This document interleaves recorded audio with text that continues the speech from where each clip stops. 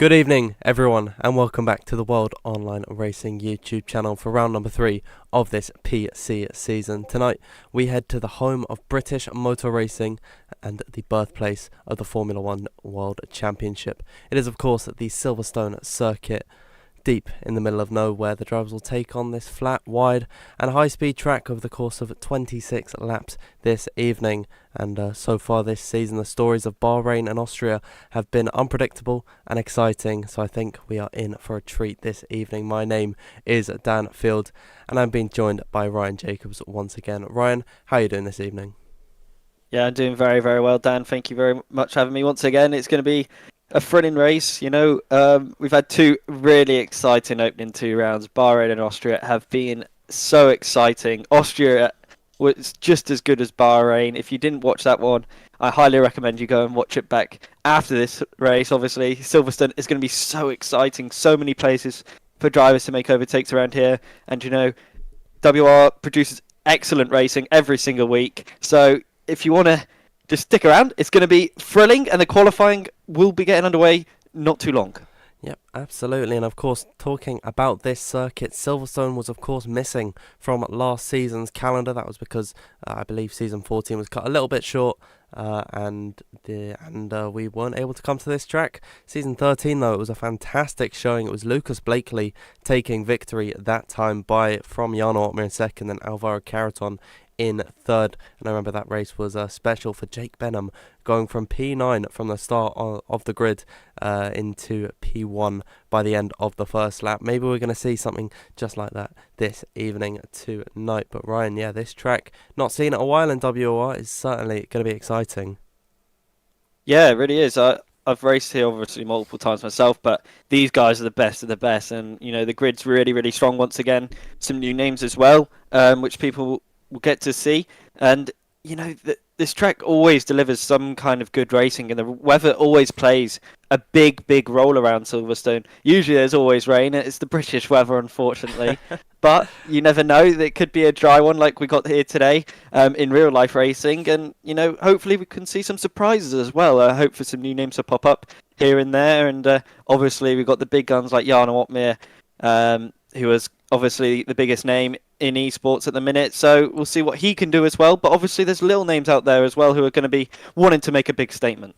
Yeah, certainly a very exciting grid this evening. A lot of our regular namestay drivers, they're not taking part this week. A lot of them have been to Silverstone, and of course they've not been able to get back in time because they were just watching the race a few hours ago. So yeah, it should be a little bit of a different grid, but still very exciting indeed. I'll just give you a rundown, everyone, of the race results from last week in Austria. It was a fantastic fight between 5 drivers right to the very end, but there were 2 main candidates in it, and it was Lucas Blakely and Jarno Opmeer, and it was the Scot that came out on top ahead of the Dutchmen. They are now 1 apiece this season in terms of wins. Piotr Stahelek ended up coming in P3 after a good drive from him, recovering from round number 1 at Bahrain. Otis Lawrence, he continues to impress in P4. Then Alfie Butcher rounded out the top 5.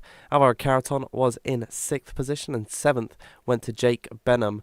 Then Duncan Hoffland in 8th, 9th was Wiesel, and Paragic rounding out that top 10. We'll see how this affected the championship standings heading into round number 3. It is, of course, Jarno Opmeer still leading the way here with 43 points to his name ahead of Otis Lawrence. 13 points is the gap between P1 and P2, so it is a very strong start for the Dutchman so far this season. Lucas Blakely, on debut this season, was able to capture his 25 points. That puts him into 3rd. And then Danny Moreno with that P3 in round number 1 sits him in 3rd position, joint with Piotr Stahelek on 15 points. Then Tomek Paragic on 13. Max Wiesel in 7th with 12 points, having a very impressive season so far. Alfie Butcher in 8th. 9th is Carreton, and then rounding out the top 10 is Pedreno. But yeah, heading into this one, Jarno Opmeer leading by a comfortable margin, Ryan, and I think today he might be able to continue that streak. Yeah, 100%. He's seeming really, really comfortable and really, really confident at this moment in time. That battle with Blakely last week was so exciting. It went right to the final lap, and Jarno threw it everything at Blakely, but Blakely just had the slight edge over him, braking just ever so slightly too late, locking up the rear, and unfortunately had to really catch the car, and that really ruined any momentum he had, unfortunately, on the exit of turn 4. But this is one of Jarno's weakest tracks. He's always said this countless times. So I'll be really interested to see what he'll be able to do here tonight, considering this could be a track where he usually tends to struggle at. Yeah, I remember season 13, he was able to come in P2 around here, so we'll see what he can do this evening. Of course, that ended up being his championship season, so maybe a strong race here at Silverstone could maybe foreshadow a few things to come the end of season 15. But we'll have to wait and see. Of course, still we've got to get through qualifying and then 26 laps of this race. It's one of the longest circuits on the calendar, and Ryan, what can we say about it? It's flat, it's wide, and it is very high speed. Yeah, exactly that. Perfect way to describe it. And there's plenty of places for drivers to make overtakes around here. Into turn 4 in particular, I always saw that was a really good opportunity for drivers to make moves, because you can really catch drivers out. If you get a good exit out of turn 3, you can really just slide down the inside and really just catch drivers not being aware. So, expect some moves in places that maybe people don't expect, because that's the best probably way to overtake at Silverstone, because it is tended known as a bit of a DRS train around here. So watch for drivers making some bold moves. I think, one driver who's not afraid to do that is Jake Benham. We've seen that a few times this season. Unfortunately, some moves not going his way. So maybe keep a close eye on Jake and how he might be able to make some moves around here, because he's not afraid to stick the car down the inside where maybe some people wouldn't. Yeah, absolutely. Jake Benham, of course, as I said previously, going from P9 to P1 in the span of one lap last time we came here in season 13. Granted, he was on a set of the soft compound tyres. Everyone else was on the hards or the mediums, so he did have a big advantage there. He ended up in that race coming home P6, so still made up 3 places, overall in that race, and that is just due to how aggressive he was. And I think it's not really worked out so far this season, but I think if there's any track for Jake Benham to be competitive at and be able to make these moves, it is going to be Silverstone. Of course, there's plenty of overtaking opportunities. My favourite personally being Brooklands, that is down at turn number 6. You could also look for turn 15 at the end of the hangar straight at Stowe. I think those two are your best bets, but some drivers can be a little bit ballsy, maybe go for a move into Copse. And Ryan, I think we could have some flashbacks of Verstappen and Hamilton around there if that is the case. So maybe we're going to be trying to avoid some overtakes in turn 9. Yeah, I think all these drivers are really just going to risk it, give it their all, because the only three laps are obviously going to be, in my opinion, probably one of the most crucial parts, considering there'll be no DRS, obviously, until lap 3. So these drivers are really going to push it quite hard early on, I think, and then eventually try and settle into that rhythm like we usually tend to see. It'll be interesting to see as well is the strategy around here, because every single track so far we've been to has been a variety, from Bahrain, we had multiple people on either soft, medium, or hard. Jarno won from the mediums to the hard combat tyres. Lucas did the hard to medium, I believe, at Austria. So again, there's these variety of strategies that we're going to see here tonight, and I think that's going to be a really crucial element here around Silverstone. Yeah, absolutely. Sort of on F1 22, you saw everyone start on the hards or start on the mediums, then go the opposite way in the second stint. That doesn't tend to be the case in this game. Some guys, they like to extend their first stint, try and go on the softs towards the end. Or we can see, them starting on the mediums, then going to the hards by pitting earlier, then undercutting everyone else. And I think the variety of strategies is certainly going to be exciting around Silverstone. Only 26 laps around here as well, so maybe there's going to be a few different elements as to what we saw in Austria, where that was a whole 36 laps. And as far as I'm aware, tyre wear is not all that bad around here, so maybe we're going to see a few guys try and stretch their medium tyres out as long as possible and then go for the softs. But Ryan, I think we've spoken with our faces on screen for far too long. We can get ready to go into qualifying here, and you can see the drivers just getting ready to head out on circuit. We're still using the multiplayer cars here, everyone, but hopefully it's not going to cause too many issues tonight. Yeah, hopefully not. And these multiplayer cars as well, they're so interesting to see the designs which people decide to come up with as well. Obviously this will be the final one, fingers crossed, as there will be a patch which we've been told will be coming on Monday. So everybody will be back to their normal cars in the Mercedes and whatnot. So hopefully that will be all good and we can go back to normal, make our life a little bit easier. But everybody coming really out on the intermediate tyres once again. Obviously, if you're new around here, they'll obviously be testing their equipment and their pedals and making sure the setups are okay. But then eventually, around the 10-minute, 12-minute mark, we'll probably see some guys come out on the soft compounded tyres. That is typically when we see them strap on a fresh set of the softs and then go for their laps. You can see some of the creative liveries that we've got tonight. I really do like Tomek Parajic and Piotr Stahalex's liveries. I believe there's a different pronunciation for Stahalec's name, so hopefully I get that one right. If there's any Polish-speaking chatters at the minute, could maybe correct me on my pronunciation. But I love their liveries, you know, using the red and the white with that particular pattern to create the Polish flag. Really is nice to see the patriotism from those guys, and it definitely does set them apart from the rest of the grid. Unfortunately, Ryan, I'm not seeing Duncan Hoffman here, so I don't think we're going to see the full pink livery tonight. That is a shame. You couldn't miss Duncan, even if you wanted to. He stood out like a sore thumb. It's honestly incredible how bright his car was, and it obviously gave him some good luck. I saw in the PSGL social race that he did, he was on for a good result, and then it went horribly wrong for him. So maybe that pink car could be a little bit of a curse in a way. But yeah, it's interesting to see that he's not here. I think maybe he might have just missed it, missed the lobby or something, but we'll have to wait and see. Hopefully Luke can tell us why he's not here. But you know, one driver who I've been quite impressed so far by is Max Wissel. He's been really just consistent so far in this season, and if I told you at the start of the season he'd be one to watch, and you know, he's doing a good job so far.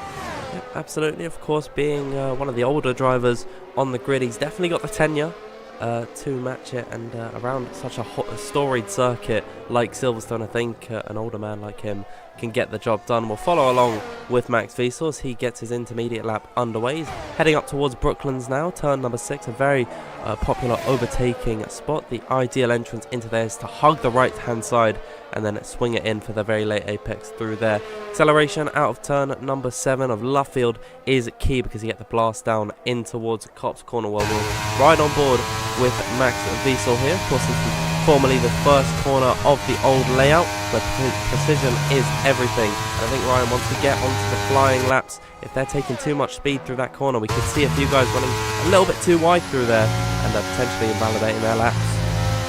Yeah, it's so common on the last game, but I think on this new game as well, the cars seem to be absolutely flat through Cops Corner, and it seems to be really, really stable. So I'll be really surprised if we see some people invalidate through that corner. In my opinion, on board with Max now, is this corner here on the exit is where most people will tend to invalidate, simply because they'll be carrying too much speed through the corner of turn 15. It's such a common place for drivers just to overstep it ever so much and go just outside the boundaries. And obviously it's not like real life where you can sort of get away with it. On this game, it's so ruthless. Any small margin you go over the white lines, it will be an invalidation. Yep, very strict with the corner cutting stringency on at the F1 game. If you just drop a centimetre off the circuit, then you're unfortunately going to be invalidating your laps. Luckily, none of the 3 drivers that have set their intermediate times have done so. Max Wissel to the top of the order with a 1 minute 29.383. Parajic is P2 with a 29.4, and Stahalec with a 29.5. I'd imagine we're going to see much quicker times once everyone comes out on a set of the soft compound of tyres. Even though this is looking like a bit of a different grid this evening, I still think there's plenty of big names to look out for this evening. We've got Shinaka Clay, who I don't believe he raced last time out in Austria. I might be wrong about that one. We've of course got Josh Idowu, who didn't have a good showing in Austria, unfortunately, but you said before the stream, Ryan, he is very quick around this track. We've got, of course, got the likes of Jarno Otmir, Alvaro Caraton as well, and Jake Benham too. So a lot of big names that definitely could make some gains in the championship. The likes of Longay and Blakely not racing this evening. Yeah, Josh is definitely one to watch here tonight, because you know he's very, very quick around Silverstone, always has been, and he's been practicing a lot for this one. Been on that time trial sweat, as many people do, and he's been putting in the hours. So I think Josh is definitely one to watch here tonight. I think Alfie Butcher again, he's another name to watch. He had a very strong performing performance out to Austria, where unfortunately, the race didn't quite go his way towards the end. He did tell me actually after the race. Unfortunately, the tyre strategy was selected wrong. He did try to follow Lucas Blakely's strategy of the hards and mediums, but he was forced to follow Opmir. So hopefully this time around he can make sure he gets the right tyre strategy for his sake. But yeah, there's lots of drivers here, and Shanaka Clay, after unfortunately his performance at Bahrain, it was ruined after a bit of contact by Jake Benham. I'm sure he'll be wanting to deliver a really good performance here at Silverstone, where again he's very, very comfortable at and very, very strong at.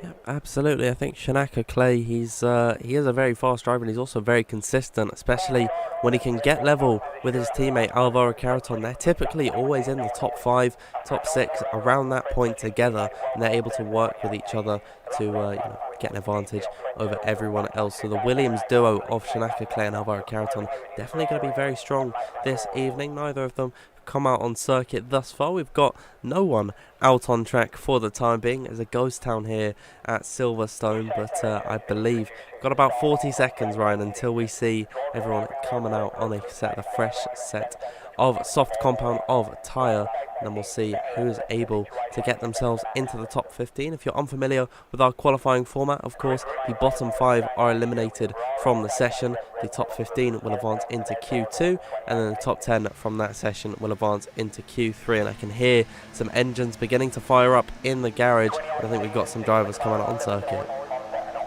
Yeah, it's taken a while, but finally we can say qualifying's finally getting really underway now. It only takes about 10 minutes to get going, but they like to take their time around here.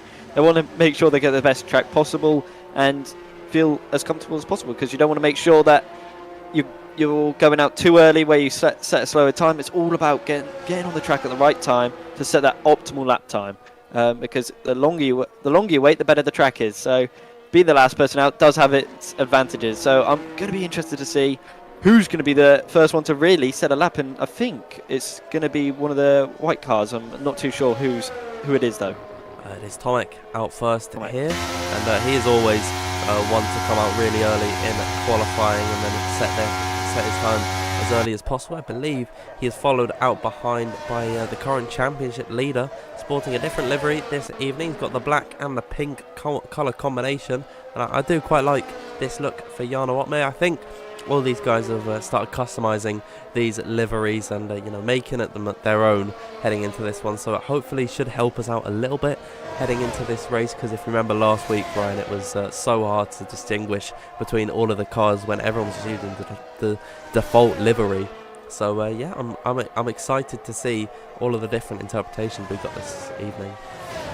Yeah, it makes it a lot easier for us, that's for sure, and it is quite interesting again to see all these guys come up with new ideas of what their car looks like. I think some of the drivers have obviously tried to replicate their teams, who they obviously represent in esports. So Arno's obviously gone for like a Mercedes kind of esports look, whereas Shanaka Clay's gone for Williams with that all dark blue livery. So it's quite nice to see that they are trying their best to really look as close as they can as their team's colours. Absolutely, as this qualifying session begins to get underway, I think we'll watch the championship leader Jarno Opmeer on his attempt of this track. Qualifying, not really his forte. Of course, he wasn't able to trump Lucas Blakely in qualifying last time out, and unfortunately meant that he could not take victory around Austria. We'll see if it is any different this evening. Heading up towards Abu, where drivers want to exercise a little bit of caution. It's a slight bump through there. Heading now in towards, I believe this is Village and Farm. Heavy on the brakes, and then kiss that apex on the inside, run it out wide to the right hand side, cut back in, and then get the power down as early as possible to take to the Wellington straight where you hit the apex on the inside, then open up the DRS and head down towards turn number 6 at Brooklands, reaching speeds of excess up to 205 miles per hour at the braking zone. Late apex through there, get it as leftwards as possible, then to cut over to the right, late apex through Luffield, power down as early as possible as he takes the run up towards Cops. And so far, Ryan, it's looked like a pretty solid lap for Jarno Opmeer. Yeah, he'll just be hoping now that his brakes don't snap in half. It's been a really tidy lap so far from Jarno. Coming up through Maggots and Beckett's now, this is honestly one of the hardest parts of the track to get right, because the car can really sometimes just not want to turn in and understeer a lot, but he's done that okay. I think he can definitely do that a little bit better, but it's not been too bad there from Jarno. It's a 108 point, I think that's not a .8 middle sector split, so it's not been too bad from Jarno, and it's just looking really to get a lap time on the board and not really pushing it too much, because you don't want to really invalidate your first lap. You want to just get one on the board and feel comfortable. We'll see what he can do then as Tomek Parajic goes to the top of the order with a 25.0. Where will Jan Ortmir place his car? And he goes into the 1 minute 24, so he is on the top step for the time being. Shanaka Clay immediately displacing him, and he goes into P1. Got an orange car heading through the final few corners. That is second in the championship. Otis Lawrence, will see what he can do as he crosses the line. And again, it is a 1 minute 24.8 from him. Piotr Stahelet in all of that set his time in P3. Max Wiesel's just gone behind Jarno Ortmir. We'll see what Andrei Tarabukin can do as he comes across the line. Valentin Bruffer in to fourth. Tarabukin only unfortunately into P10 for the time being with a 25.2. However, though, it is looking like a pretty close session thus far. I'll get the gaps to the leaders on your screen. You can see the top four separated by just over half a tenth. Yeah, it's really, really close, and Silverstone tends to usually be really, really close. These drivers are really absolutely on it today so far, and it's really interesting to see Otis Lawrence leading the way. It's a very, very positive lap from him so far, and obviously Jarno and Josh have still got time to find, and Zen van Dijken goes up into P12, but it's so fine margins, half a tenth, and you're up about 4 or 5 positions here. It's absolutely incredible stuff from all these drivers, but this just shows the quality of this WR grid. Absolutely, and as quick as it started, the laps have come to an end. It is Otis Lawrence sporting that Monaco special McLaren livery to the top of the order for the time being. 1 minute 24.816 from him. Very nice so far. We've just got 5 minutes left to go in this session. Currently in the drop zone, Ben Jabokoni, Rune Pedreño, Andrei Tarabukin and Chan Akinci Ikabayana yet to set a lap time in this session. And I gotta say, the big surprise in all of that is Ruben Pedreño with only a 1 minute 25.2 in P17. I'd be shocked to see him go out this early.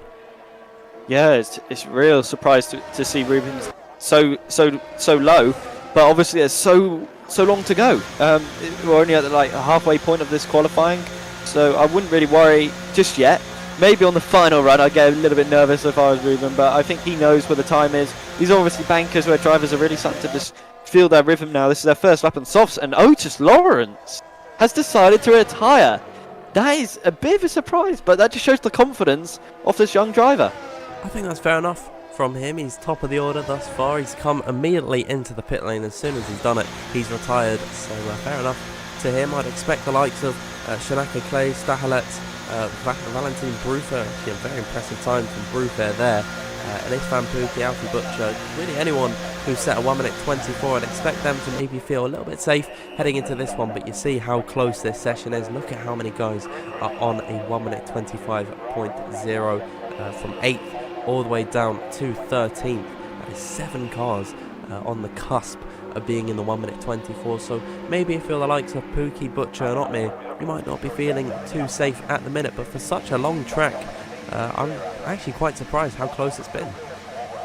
Yeah, it is really surprising to see how close this field really is. You'd think there'd be a bit more of a widespread, because there's so many corners around here as well, and there's so many places where you can really make mistakes. So it's surprising a little bit to see how close the gaps are. I think Jake Benham is a real surprise to me at this moment in time, down in P15. He's got a lot of work to do if he wants to feel safe, because obviously everybody else around him is most likely going to improve. So I think Jake is going to be feeling a bit under pressure now as well. Being down in P15, he really can't afford to go out in Q1 here. Yeah, he'll certainly be coming back onto the circuit, currently on 1 minute 25.1. He only has to find about a tenth or two of improvement to really be in the upper echelons of this grid thus far. That is just how close it has been so far in this session. But let us know, everyone in the live chat at the minute. We've got 916 viewers currently watching. What do you think the cut-off time will be, as a few more guys retire in the pit lane? Valentin Bruffer, Istvan Pookie and Alfie Butcher all believe that they are safe heading into this one, as does Piotr Stahelet. So that top 6 all retiring. We get to see Ortmir Idowu and Karaton come out onto the track, but everyone from 10th downwards out on circuit now, Ryan. Yeah, this is where they'll all start to fight for a bit of track position, and I think they'll be all doing their tactical, burning the fuel and getting the tyres into the right window at this moment in time, and you'll see a lot of yellow flags and these drivers will be going crawling around the track for the first part while they get their tyres into the right window. But I'm going to be fascinated to see what the improvement be and what will be the cutoff point as well. I think, in my opinion, it'll probably be a 20. I think where Josh Idaho is, a low 25.0. I think that would be the final cutoff if these drivers all do improve, because the quality of this grid is unbelievable. And I feel like, Ruben can definitely find at least 2 temps. Jake as well, we've seen time after time, he's such a strong qualifier, and there's other names as well, which I'm surprised to see have yet to break into the 1 minute 24s, but on this final run I'm expecting the time to come tumbling down. Yeah, absolutely, as Tomek Paragic is the first man out. Once again, you can see on the minimap in the bottom right hand corner how many cars are close to each other on the hangar straight. There's about 7 cars along that piece of tarmac, so I'm hoping they all spread out a little bit so as to not impede each other, but nevertheless Tomek Paragic has got all of the space in the world that he wants as he heads in towards the first sector. Now we'll see what he can do. He's currently on a 1 minute 25.043, which is a pretty decent time so far in this session. Currently he is safe at the minute in P11, but I think he'd want to increase that buffer ever so slightly, and he's up by almost half a tenth of a second. So far it's looking decent for Tomek Paragic. We'll watch what he does heading in towards Luffield. Typically drivers will like to short shift a little bit through here to get the power down as early as possible. A little bit bumpy along that curve on the inside of Woodcut, but now heading towards Potts Corner where you can take it almost completely flat on this new game. Speed that Tomek Paragic carries through here in towards now the infamous Maggot and Beckett's complex. We'll see what he can do as he approaches this very ferocious set of corners. 1 foot wrong and you're sent into a spin and into gravel. Tomek Paragic facing no such issues. However, Ryan, he's lost a little bit of time in that second sector, and all of a sudden it's not looking as secure for Tomek Paragic, but nevertheless he's still got a sector to go. Downhill in towards Vale, a heavy braking zone along this part of the track. Hug the right hand side, then cut back towards the left as you take towards now Club Corner. Tricky on traction through here, but to come across the line, Tomek Paragic is going to do in 1 minute 25.009. We'll see how that stacks up with the rest of the grid, as I believe we have got Max Wiesel coming towards the line next. It is actually Ben Sabakoni to go in to P10. Ikabayana is going to be the next one. He's yet to set a lap time in this session. P11 for him. He bumps down Jack West into that drop zone. Who is next to come across the line? I think Ruben Pedreño is in that final sector. We'll see what everyone else can do. Andrei Tarabucan unfortunately eliminated from this session. Ruben Pedreño to the top of the order with a 1 minute 24.767. A very impressive time from the young Spaniard there. That was incredible to see from him as Chanakinchi comes across the line. He is out of this session. Alvaro Caraton is in the drop zone, but he is improving by a decent amount. Can he eliminate his fellow countryman? Indeed he can. Ikabayana out of this session. Max Wiesel to the line and puts Ben Zabokonyi in that drop zone, and that is your bottom 5 confirmed to be eliminated from this session. Jan Ortme is the last one to come across the line, and that was P12 for him there. So not a very convincing session from the Dutchman, but it is Ruben Pedreño topping that session from being in the drop zone for the entirety of that session. He's got to be feeling proud with that one. Yeah, I'd be very, very happy if I was Ruben. That was a really good last run, and we were saying about how Ruben can deliver in qualifying, and he just did, and that was a really, really nice lap to just beat Otis. But obviously Otis did that on his first run, so we've got to keep that in mind. Otis probably has got a lot of time still in this run, so we'll have to wait and see what Otis can do. But a few surprises in the drop zone. Yeah, absolutely. I think the big one to be eliminated there has got to be Tom Manley in that drop zone. He'll be starting P18. We've got Ben Zabokonyi, Ikabayana, Andrei Tarabucan and Chanakinchi all in that drop zone as well. But Ryan, even though these guys are eliminated, they were not far off the top. Ben Zabokonyi, a quarter of a second Pedreño's time, and that eliminates him from this session. And it is just bewildering to me how close WOR PC Tier 1 is, but they surprise me every single time. Yeah, they do like to surprise us every single week in terms of the qualifying, and then the race will surprise us even more. But it is surprising to see Ben so, just out by the smallest of margins. As Van Dijken managed to improve ever so much. He was down through the first sector, but he managed to find a 10th and a half. I was on board with him, and he lost a little bit of time through that last sector. So Zan Van Dijken got through by the smallest of margins, but it doesn't matter if you get through by a country mile or just by the smallest of margins. As long as you get through, that's the most important thing. So I'll be interested to see now what the times will be. But again, I'm expecting around a 1 minute 24.5, possibly to be, pole here in Q2. Obviously, it'll be, and then we go into Q3. But it's interesting to see at this moment in time the pace of all these drivers. Absolutely, as we head back into qualifying here, 15 minutes of Q2 for the top 15 in Q1. We have been essentially reset, so it's a fresh slate for everyone here in qualifying. We'll see if some of those guys who are in that 11th to 15th range are able to get themselves up the order and in towards that top 10. One of those being Jarno Opmeer, leading the train at the minute. He ended Q1 in P12. It's a bit of a disappointing run from him here, and I think he's definitely going to be wanting to improve, because Otis Lawrence, one of his title rivals, finished that session with only 1 lap on the board and in P2. So already there's a huge advantage going the way of Otis Lawrence, and Jarno Opmeer is certainly going to be on the back foot. Yeah, and this is what champions are made of. But let's see how Jarno can reply in this qualifying session. But Otis, you can tell the confidence he's got at the minute on this game, and he's showing it with 1 lap, and he was already flying, and he was on provisional pole obviously in Q1. But I wonder what he'll be able to do in this second qualifying now, and if he'll be even able to beat it, and by how much will he be able to beat it is another question he'll have to answer for me. So we'll have to wait and see. But Jarno probably does need to reply here. He was around P11, I believe, by the end of Q3, but again Q1. But again, it doesn't matter where you qualify as long as you get through. Yep, absolutely. He's taking to his first lap in Q2. This is on a scrub set of the tyres, we would expect. So we're not going to be seeing world beaters of times like we saw from Rune Pedreño in Q1.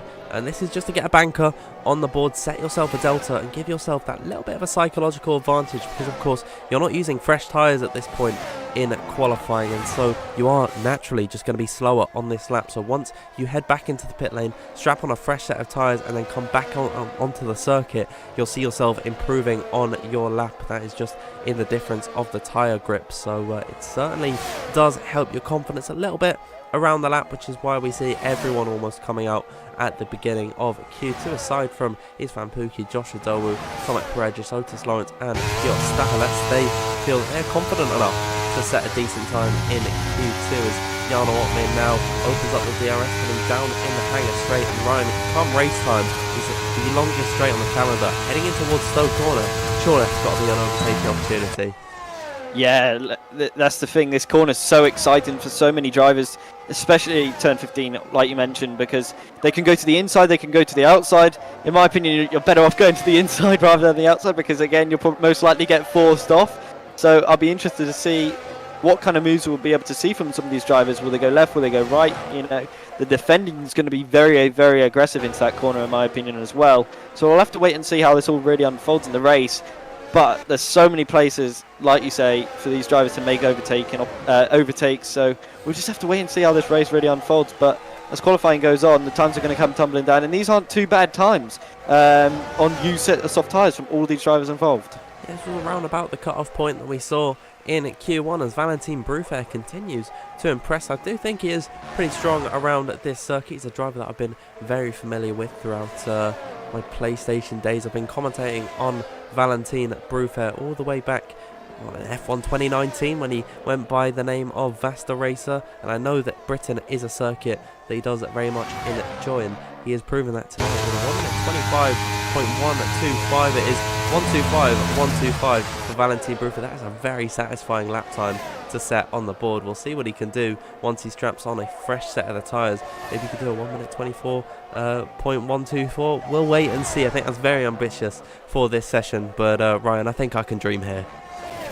Yeah, you can always dream. There's no wrong in doing that. But we'll have to wait and see what Valentin can do. And he's another driver who's really just started to come back to life on this new game, and he's been really, really quick. I remember seeing him in that Qatar Social so early on, and he was really, really quick in qualifying. And again, he had some really good race pace. So I'll be interested to see what he'll be able to do around Silverstone, because this track is so notorious for so many overtaking and so many dramatic races. So I'm really going to be interested to see what Valentin can do, because we know he's got the pace. It's just whether he can really hook it up on that one perfect lap. Yep, absolutely. As this session continues onwards, everyone is coming back into the pit lane, and Tomek Prajic making hay while the sun, I never get that saying right, while the sun shines. He is coming out when the track is absolutely empty. He's going to have no traffic whatsoever. I believe he is followed out by his, we'll say, de facto teammate in Piotr Stahalec. They've got the same livery. We're going to say they're on the same team this evening. They are both out on circuit, and everyone else is following out behind as well. Otis Lawrence, Alvaro Caraton, Istvan Pukki coming out a little bit earlier than I'd expect, maybe about a minute from what we normally would see. It's around about the 8-minute mark where we start to see drivers come out onto the circuit, but we know how much Tomek loves to come out early in qualifying. We'll see what he can do with this fresh set of tyres. Yeah, he always likes to get out nice and early, avoid the traffic. It's not a bad strategy. But again, you do take the risk of not setting that perfect lap and not having the optimal track conditions. That's the kind of risk, but the reward you can get if you just avoid all the traffic and you don't have any dirty air in front of you. So I'm interested to see what Tomek can do. He's shown some good signs of pace around here, and he just was about to get through. So let's see what he'll be able to do on a fresh set of soft tyres, and could he set a world alight with a good banker? Well, we'll have to wait and see with just about 8 minutes left to go. I'm a little bit worried that he's going to catch all the traffic in that first sector. In the minute you can see how many of them are coming through Village and Farm and on towards the Wellington Straight, but I think he should still be okay. If they're all spreading out, he should be alright. Shouldn't catch too much traffic as he gets this lap underway. But heading now down in towards turn number 1 at Abbey. Slight bump through there, but almost completely flat through now turn number 2, braking in towards turn 3, kiss the apex on the inside lane, then run it out wide, flip it back over to the right, and then once again swirl the car in towards the loop section. Now foot flat to the floor, open up the DRS and head down towards turn number 6 at Brooklands, reaching speeds of excess up to 204 miles per hour at the braking zone. So far it's a 27.118 in that first sector for Tomek Prajic. Wide run through Luffield, then cut it back over to the inside. You really want to use all of the track available to you around Silverstone, given how wide it is. Now up towards Cops Corner, where you can take it easily flat on this game. Tomek has got a little bit of traffic, but they are getting out of the way very nicely in Maggots and Beckett as there's a car just in front of him. It's not going to impede him by giving him the dirty air, but I think, Ryan, there's a little bit of a visual distraction that is definitely going to play on the mind of Tomek Prajic. He's managed to get a 1 minute 2.0 through the first sector. We'll see what he can do as he heads through Stowe now. Yeah, that definitely is off-putting for drivers. And again, he's got more traffic and they're on the racing line. He's going to have to... Oh, my goodness me. I thought Tomek was going to go right into the back of that blue car there. I think that was Alvaro Caraton. No, it was... No, it's a different blue car, but yeah, Tomek coming around the final corner now, up to the line, to 1 minute 25.269. Maybe that was on new set of soft tyres, but also maybe the distractions really did hamper him. But that's a really surprising lap there from Tomek. I think Tomek is not going to be too happy with that attempt there. We'll see if we can catch someone towards the end of their lap. Piotr Stahalec coming towards the line. It's about 0.3 up on Tomek, and there it is, a 1 minute 24.697 from him. Fastest time we've seen so far in qualifying. Alvaro Caraton about a 10th off of him there, so very impressive lap from Piotr. Otis Lawrence, he shuts me right up, 1 minute 24.591. And Ryan, you were saying around about this time was going to be pole position this evening, and Otis Lawrence with 5 minutes left to go in Q2, he's just banged that one. Yeah, he's really just let the world alight. I think now we're going to have to knock off a few more tenths. I think we're expecting probably a 1 minute 24.2, maybe a 0.3. That's an unbelievable Q2 lap there from Otis. And again, I think he'll probably retire on that one because it's such a very, very quick lap. So again, it's interesting to see how quick Otis is around this Silverstone circuit. I'm on board with Josh Idle now, come through the final 2 corners, coming up to the line. What can he do? And he is a 0.8, so it's not too bad from Josh. But again, I think that could be a little bit where the drop zone could be, and he might need to go again. Yeah, as we see a few more guys coming up towards the line. Jake Benham is next up to cross the line. He goes into P9. He struggled a little bit so far this session. Max Wiesel is next towards the line with a 1 minute 24.7, and then coming up towards the line, I think that was Rune Pedreño into P3. He's been very impressive thus far in qualifying. Valentin Brufez put himself into P6. I think Xander Van Dijken just went to P10, but then Brufez immediately put him in that drop zone. Currently the bottom 5 standing at Xander Van Dijken, Istvan Pukki, Jake Benham, Tomek Brajic and Jack West. And Ryan, we've got to say, that real surprise in there, Jake Benham. Yeah, it just seems like Jake really just isn't hooked up around this circuit. Maybe it's the setup, maybe it's just Jake being not putting in the hours around this circuit yet, who knows. But it's really surprising to see Jake struggle as much as he is around here. You'd think he'd be really hooked up and feeling the rhythm of his home Grand Prix, but obviously maybe it's just a track which he's not too comfortable with at this moment in time. But you know, Jake, I feel like he's definitely got a few more attempts in this lap, because he is very, very quick around every circuit. And obviously he won in PSL the other week, so we'll have to wait and see what he can do. But this is really surprising pace so far from Jake, and I think he knows he can certainly go a lot quicker. Yeah, absolutely. This is still a very close qualifying session so far. You see the gap to the leader. There's 3 drivers there's Shanaka Clay and Ruben Jr. within a tenth of a second of Otis Lawrence, Piotr Stahalec and Alfie Butcher just outside that 1/10 window. But the entire field spread at the minute, 6/10 of a second. Of course, Tomek Brajic not with a good time on the board. From first down to 13th is 1/3 of a second exactly there. And Jake Benham is in that drop zone. Jack West yet to set a time at the minute. So it is definitely looking to be a very close session. The gap between P10 and 11, just 13,000 of a second, and that is such a minute improvement. And I don't think we all actually really appreciate, you know, how close these gaps are in real time. If you think about how quickly a second goes by, and we are measuring things by the 1,000th of a second, it really is a testament as to how close this grid is. Yeah, it really is, and that's really well said. And I wonder what the final cutoff will be. I think Josh, again, I did say early on that maybe Josh time would be the cutoff point so far, and he would have to go again. And it is looking very much likely that he will. And they're all going to now have to rush out the pits once again. Fresh set of tyres, obviously, on the car.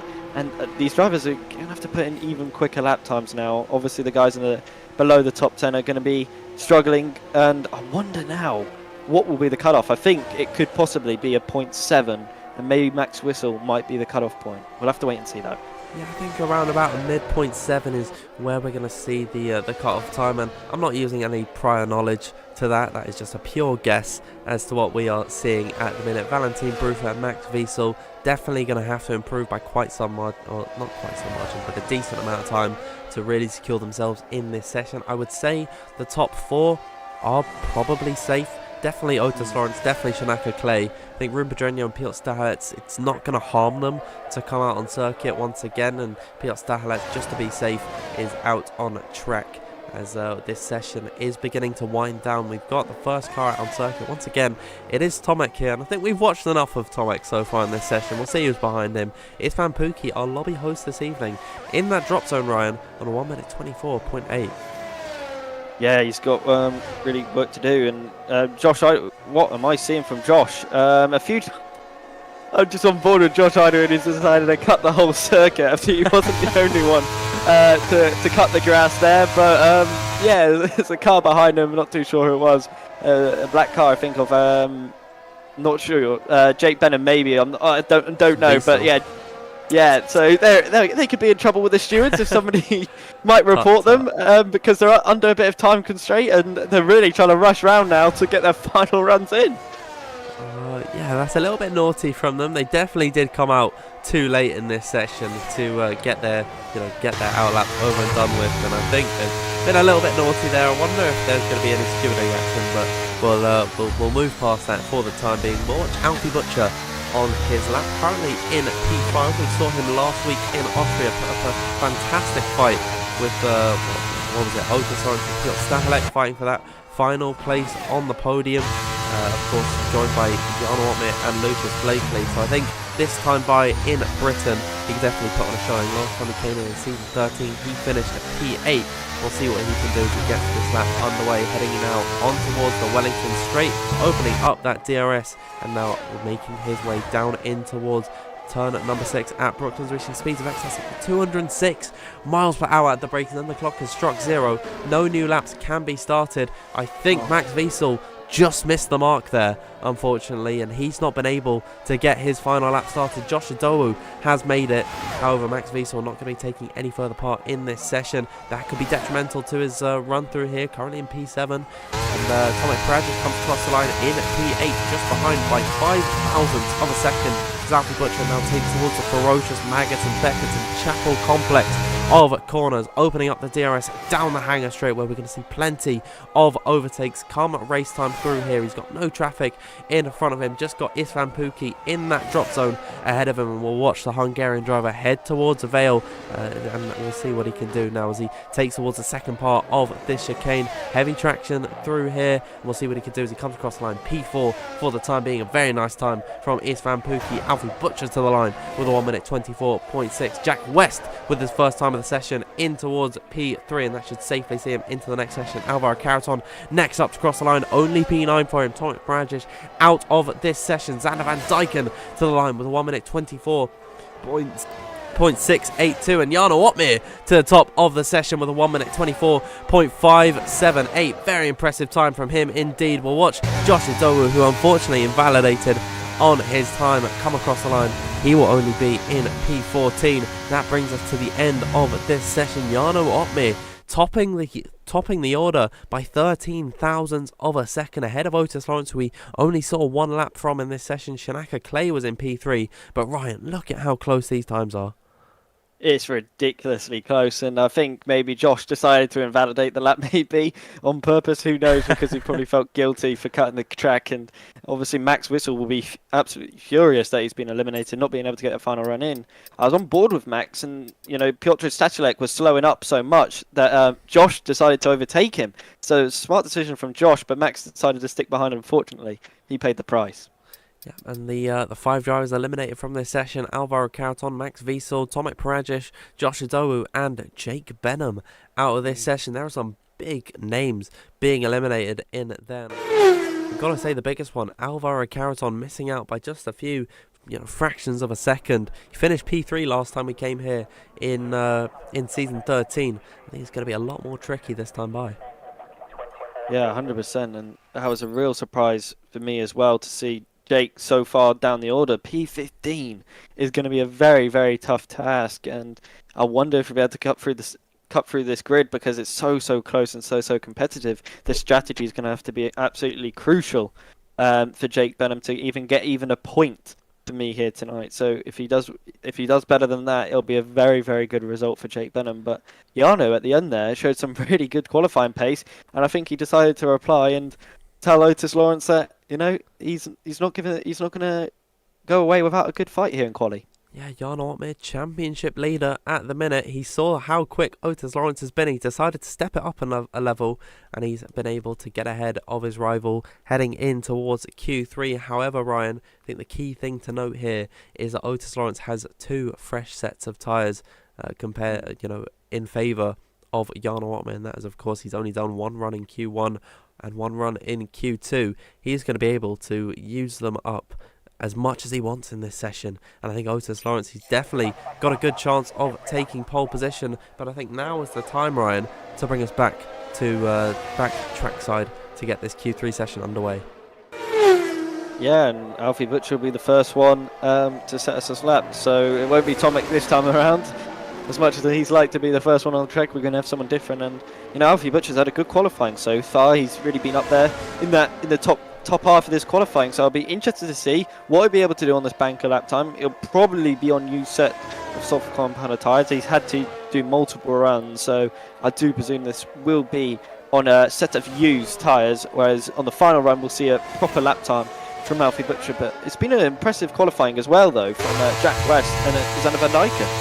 They've both done really well to get here into Q3. Yeah, both of them were in precarious situations at some point in qualifying and have been able to overcome. I'm going to not spectate Alfie Butcher there, because he's just completely revving out his car, trying to burn off as much fuel as possible. And of course, F1 decides us to give the worst possible camera angle there, so we can get deafened by his engine noises. But yeah, Xander Van Dyken and Jack West, they've struggled with adversity so far in this session. They've been able to overcome and get themselves into Q3, as we're seeing Istvan Pukki and another driver, I think Rumba Drenyo, come back into, actually Xander Van Dyken coming back into the pit lane. That means Alfie Butcher will be the first one to begin this lap. We'll see what he can do as he heads down in towards the first few corners.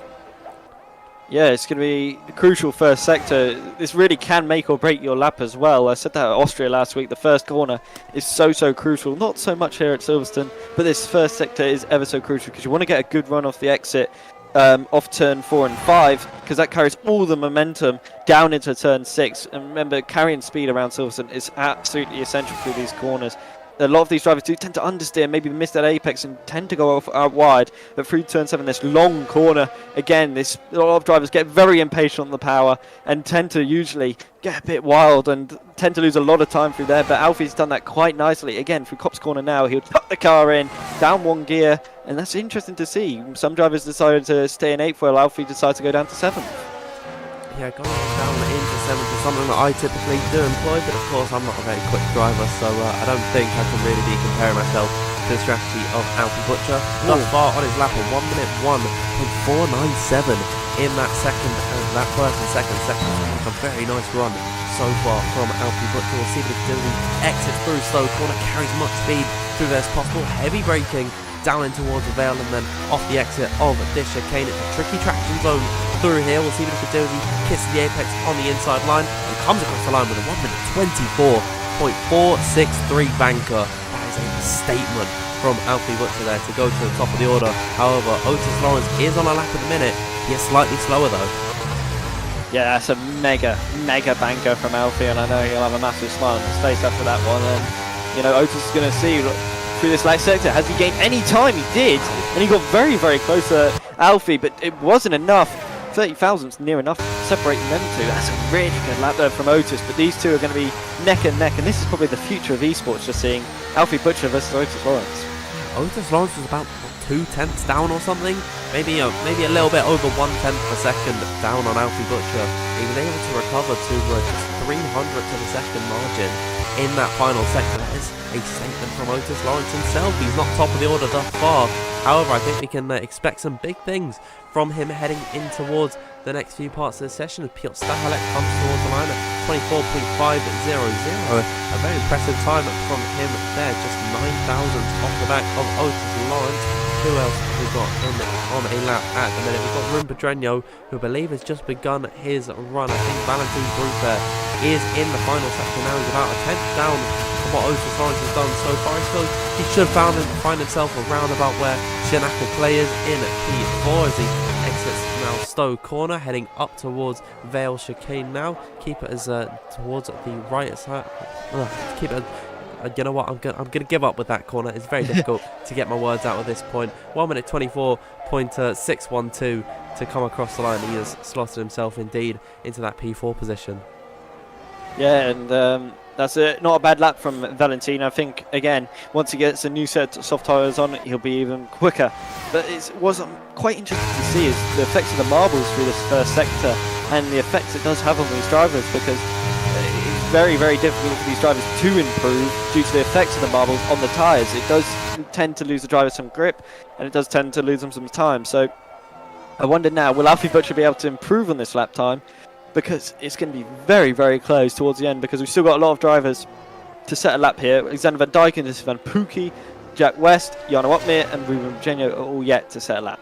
Yeah, with just over 5 minutes left to go in this session, Pedreño comes across the line with a 1 minute 24.702, the slowest time thus far in this session. Good to see that Jake Benham is back. Apparently he's been having some PC issues, which might explain why he was eliminated so early on in qualifying. I think now is a better time than ever, Ryan, to ask in the live chat and to yourself what the pole time is going to be and who is going to set it. Oh, that's a tough question. After just seeing that lap from Alfie Butcher, you know, you'd have to think he might be the one to get pole, but you can't give it away. And Xander Van Dyken has spun the final 2 corners. That's a shame for Xander, but I predict it most likely will be a 124.3, and it'll be a high 0.3, and I think Otis Lawrence will take it, considering how much he was down on Alfie Butcher and how much he came back. I think Otis Lawrence will be the man to set a 1 minute 24.3.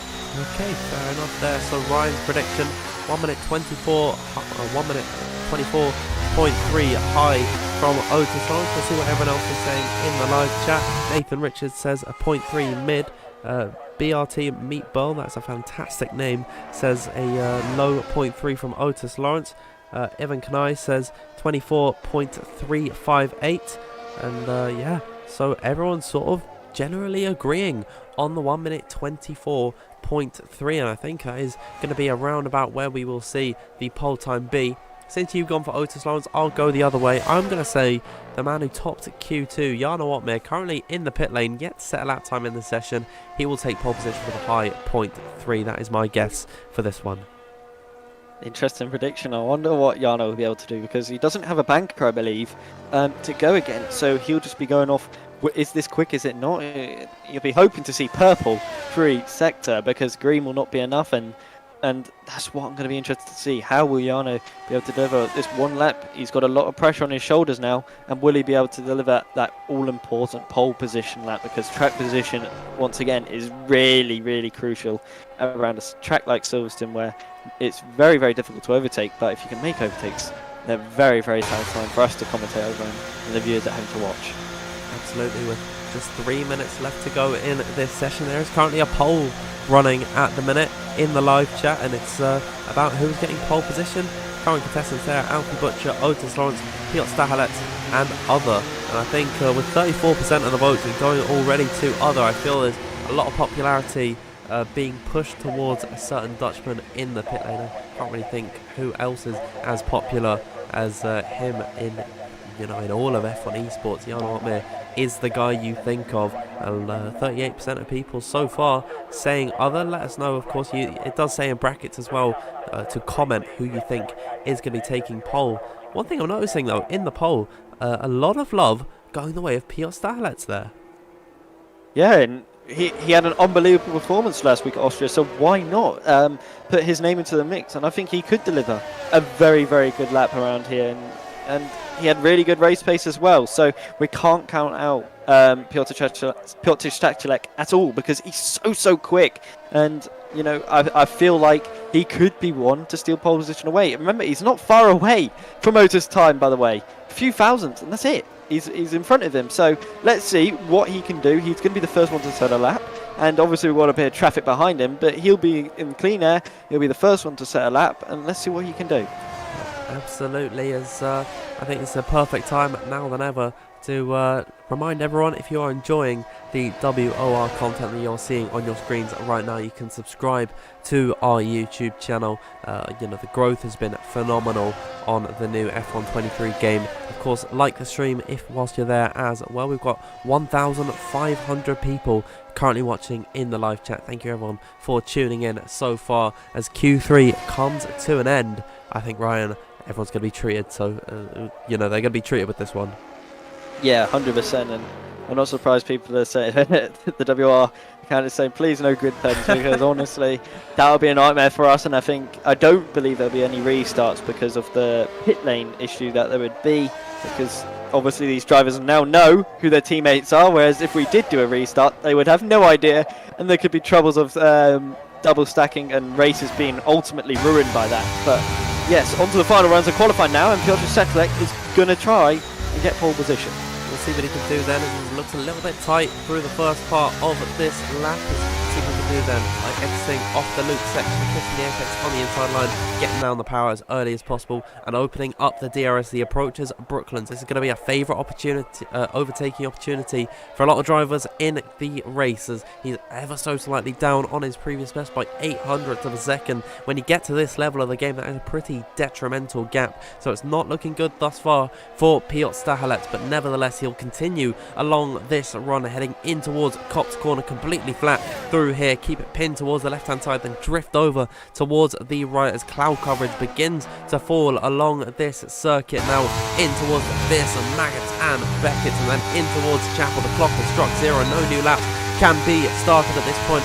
slight correction through the final part of Maggots and Beckett's there. However, he is purple in Sector 2 and he does find a minor improvement on this lap, but nevertheless he'll continue his downhill descent in towards Vale, keep it towards the right, then drift over towards the left, immediately switch it back in towards now Club Corner, and to come across the line, Piotr Stahelec, what's his time going to be? He unfortunately does not improve on that run. Shanaka Clay up next towards the line, improving by over a tenth of a second, and to come across the line, he'll get himself ahead of Piotr Stahelec as Otis Lawrence, I believe, and though he's not the next one to come across the line, we'll watch him anyways. Valentin Brufair goes into P6 as Istvan Pukki goes to the top of the order ahead of Alfie Butcher, who is yet to set a time at the end of this session. I think someone's going slowly there. Otis Lawrence to the line with a 1 minute 24.3 from him. Incredible stuff from him. Jack West will be next up to come across the line. It's only P7 for him. We have to watch now Jarno Otmir, going to be one of the last two drivers. I think Alfie Butcher has made a critical error on his run and wasn't able to set a time. Here comes Jarno towards the line. It's only P4 for the Dutchman. He'll be starting on the second row of the grid. Xander van Dijken will be the last driver to come across the line. What's it going to be for him? It will be P7 for the Dutchman, but Otis Lawrence with a low 1 minute 24.3 from him. That is an incredible time to set himself on pole position. Yeah, it's a ridiculously good lap from Otis, and it's a just beating our prediction of a .332. So that's a really quick lap from Otis. And Istvan Pukki, what a lap time he did! Out of nowhere, he really came to surprise us all and got P2. So that's a mega lap there from Istvan Pukki. Absolutely, and you know, we were talking about how close this session was throughout the entirety of it.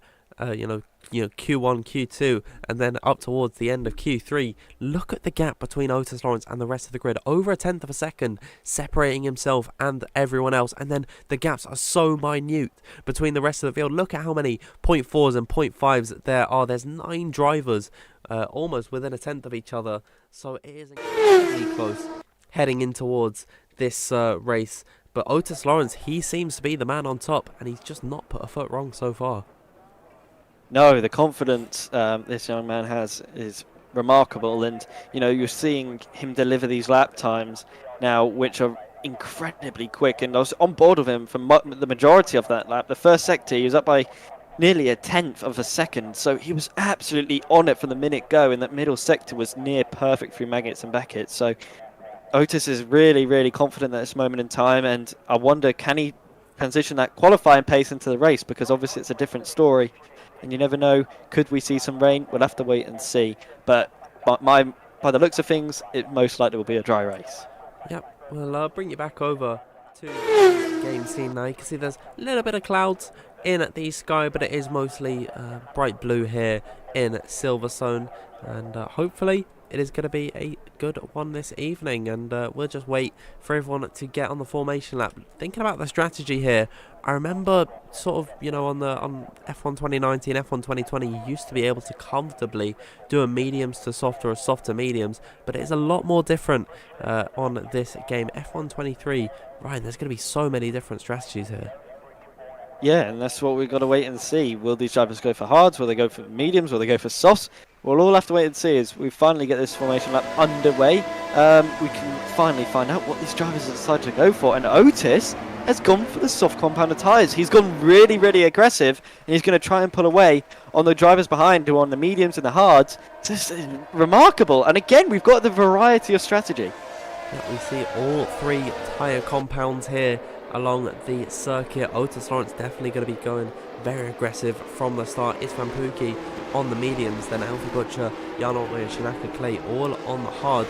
Stahelec's the only other driver on the mediums. Then we've got the likes of Jack West, Tomek Paradzic, Josh Idowu and Tom Manley all fitting on a set of the soft compounded tyres. We will join you back at the end of this formation lap after a quick word from our sponsors at GridFinder.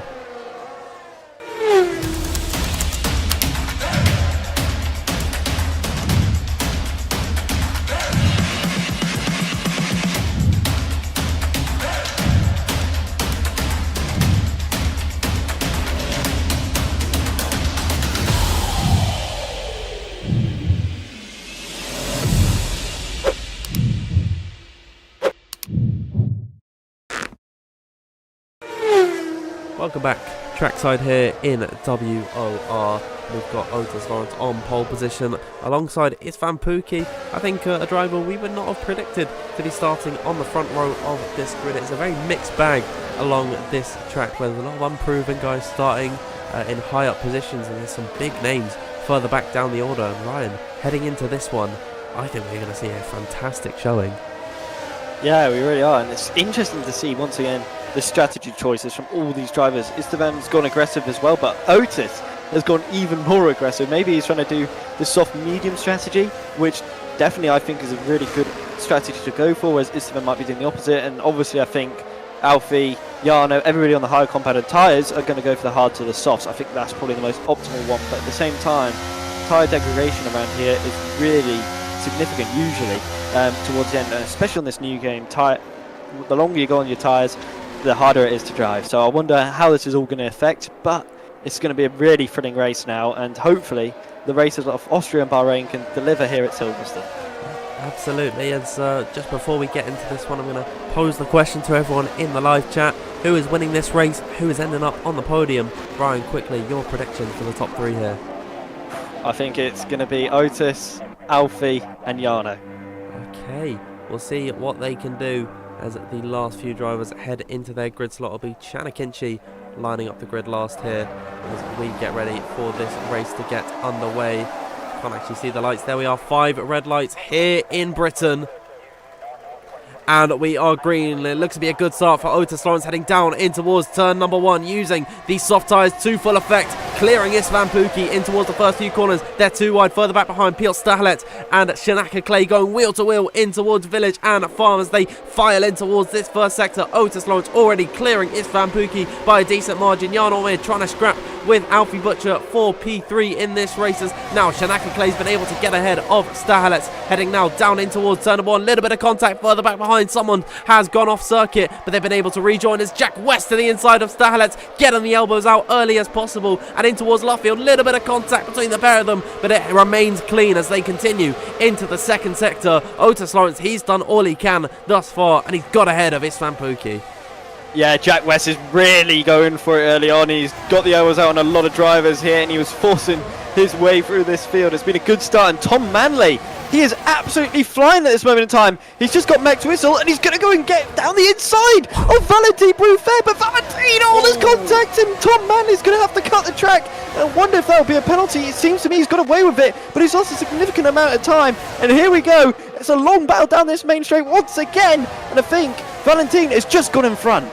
Wow, Valentin Bruffair and Tom Manley, a little bit of contact between the pair of them early on. I think there's going to be some strong words going in both of their cockpits as now. Someone's coming into the pit lane. That is Valentin Bruffair, who has picked up some sort of damage, and he's retired from this session, maybe out of frustration there. Tomek Perez is also retiring, so already at the beginning of lap number 2, we see 2 drivers out of this race. Otis Lawrence still leading the way, but I don't think he has got enough time on Istvan Pukki to really be comfortable thus far in this race. Jack West doing a fantastic job of overtaking early on. He gets ahead of Shanaka Clay, who is now falling to Piotr Stahelet. They've got the quicker tyres than the Williams driver at the minute, and so Shanaka's just really got to do his best to get out their way without losing too much time as they continue along. There's a little bit of a scrap further back behind. That's Caraton, and I believe Ruben Pedreño, as the Spaniard wrestles his fellow countryman. He gets by on Ruben Pedreño, but already, Ryan, it's been an exhilarating start to the British Grand Prix. It really has. Jack West, I told you, keep a close eye on him. He's really, really going for it. And when he's making these moves, he is not leaving any mark. And he's making sure that he's getting through one way or another. And he has to be this aggressive, though. This is what you've got to remember. These soft compounded tyres are going to dry much quicker than the hards and the mediums. Apparently, there is rain coming, according to some people in the chat. Obviously, they're watching some streams, so they obviously have better information than we do. So that's going to be an interesting factor. When is this rain going to hit? And who is going to be on that perfect tyre to make sure that they can really pit for the intermediates or the full wets? Yeah, already, Ryan, we're seeing from what we saw at the beginning of this session, we saw blue sky up ahead. Now it is grey clouds in the sky. So I'm wondering, when is this rain going to be coming? Is that why some of the drivers like Otis Lawrence, Jack West, they've gone for the softs because maybe they're expecting it a little bit early in this race, or maybe it is coming a bit later, and that is why we're seeing so many hard compound of tyres. We don't know at this point, unfortunately, in the comments box. I wish we could get some sort of information about weather forecasters. They continue along on lap number 3. We are finally seeing DRS be enabled, and typically around this track, Ryan, DRS trains are very common, as Tom Manley gets by on Room Pedreño, I think that is. Yeah, they're scrapping it out for P10 at this point. Pedreño gets his elbows out and actually maintains that position. However, the soft compound of tyres working to perfection for Tom Manley. He's been able to climb up many positions so far in this race. And at this point though, Ryan, lap number 3, Otis Lawrence has not cleared his Fampuki whatsoever. No, he hasn't, and that surprised me a lot, to be honest. I really thought Otis would have been able to pull away, but now it seems to me that Istvan is going to go for the move, and he's going to take the lead here. Oh, bit of contact between the two, and that's a bit of surprise considering they should have been really in a straight line, and that really shouldn't have happened. That's a surprise to see. There's a bit of contact. There was a simple move for Istvan. Otis again making it as hard as he possibly can, and Josh Idlewild, oh, the spin, and it's Jack West! He's decided to go for a move. I think it was on Jarno Uppbeat, and I think the door was just shut, and Jack West has undone all his hard work. He's now down all the way to P17. I think there's been more drama though, because Ruben Pedreño is now tumbling down the order. I think Josh Idlewild is trying to let the Spanish driver back through. I'm not too sure what's going on, but Ruben Pedreño is losing places and losing them fast. Big drama here on lap number 4. There's still scrapping for position. Josh Ado has lost a few places. Shanaka Clay is going straight on at the loop. As here they come onto the Wellington straight, scrapping it out for P11 at this point. Jake Benham gets by on Max Viesel a little bit up the road, as now Josh Ado up the inside of Andrei Sarabukin in towards the corner. Still more contact. Chanakinchi, I think that was, going off the circuit there. Might have been Ikobaena. Still so much going on at this point in the race, as now Jack West trying to recover in this one, use these softs the best he can. He just can't get by on a Kinchi at this point. This is creating a big rift throughout the field, because now the top 5 been able to stretch away from Alvaro Carreton at this point, and now he's sort of in no man's land, because Tom Manley, I think those soft tyres not going to be in the best nick at this point in time. He'll be feeling the pressure from Jake Benham, who has the DRS heading down in towards Stowe Corner at turn number 15. Tom Manley not even going to fight this whatsoever. Jake Benham's going to dive down the inside, get that move, and I think we can calm down a little bit, as everything kicked off at the beginning of that lap.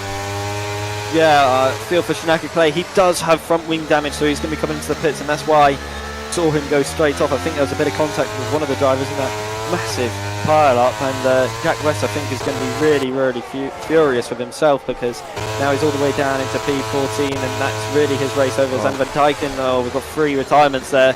Obviously you can see how many people got involved in that accident, but this is the risk sometimes which happens when all drivers go on different strategies. Some on the softs are much quicker earlier on, whereas the hard runners are obviously going to defend as aggressively as they can, because they want to keep these guys back and stop the advantage that these soft runners get. So it's understandable, but at the same time you really wish these incidents really don't happen. Yeah, that is one massive domino effect, I think, that's just happened there, is that Jack West spins and everyone gets disorientated. All of a sudden there's massive drama, 3 cars out of the race, so many drivers out of position, and it really has just completely changed the complexion of this race at this point. Still the top 5 remain as they are. Istvan Buki leading the way from Otis Lawrence in P2. Alfie Butcher, Jarno Uppbeat, those guys will begin to phase into this race with their hard compound of tyres. I definitely think the best of the softs already has passed at this point as they continue along this lap. Stahalets as well in a decent position. He's been very impressive so far in this season as Jake Benham gets by on Alvaro Carreton. I think Max Viesel has been able to overtake Tom Manley, and Josh Ado who's been involved in a battle somewhere with Ben Zabokonyi. It's still all kicking off on lap number 5. They head on towards lap number 6. We still have 21 laps to go left in this race, Ryan.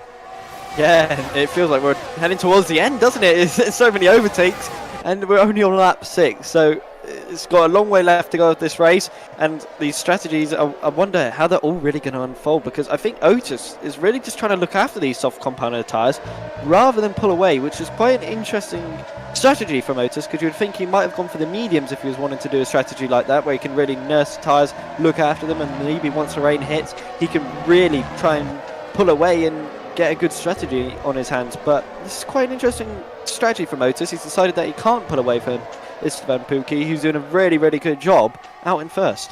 I think Otis might have realised he's made a mistake by going onto the soft compound of tyres, and now he's just going to try and save his resources as much as possible. We've got someone joining the session. I don't know if that's just a spectator friend or something. I don't know what is going on at this point, but yeah, as they continue along in this race, Istvan Pukki leading the way from Otis Lawrence. Alpha Butcher with a good run out of Chapel. Maybe we can try and challenge Otis Lawrence. I think the DRS train is just too potent. Here comes Otis Lawrence up the inside in towards Stoke Corner. He's back into the lead of the race. Istvan Pukki not really putting up much of a fight for that position. Alpha Butcher has the best seats in the house. He remains in P3 with Jan Otmir and Piotr Stahalet still remaining in that 4th and 5th slot. But that was a very clean overtake to, I think, sort of go against what we've seen so far in this session. Yeah, and Jack West has decided to retire the car. That's a shame for him. He was having such a good race until that incident with, I believe it was Jarno. It might have been Jack's fault. We'll have to wait and see. Obviously, the stewards will obviously decide any kind of incident. And Alfie Butcher's getting really close to the back of Istvan Pukki. And I wonder when Alfie Butcher will decide to go, because you really do tend to get impatient being the third man in the train. When you know you've got better pace in the car in front, you do wonder when is the time he's going to try and trigger that move. We'll have to wait and see. But at this moment in time, now Otis leads this race and he's dictating the pace. We'll have to wait and see how this race all unfolds. It's a bit of the game of chess right now. So again, we were making a lot of chess references last time out in Austria. I think that's a trend that's gonna continue along here into Silverstone, as we've only got 14 runners left in this race, and it's only lap number 7. I wouldn't be surprised if at some point in this race you will be, if you're finishing the Grand Prix, you're going to be taking home points.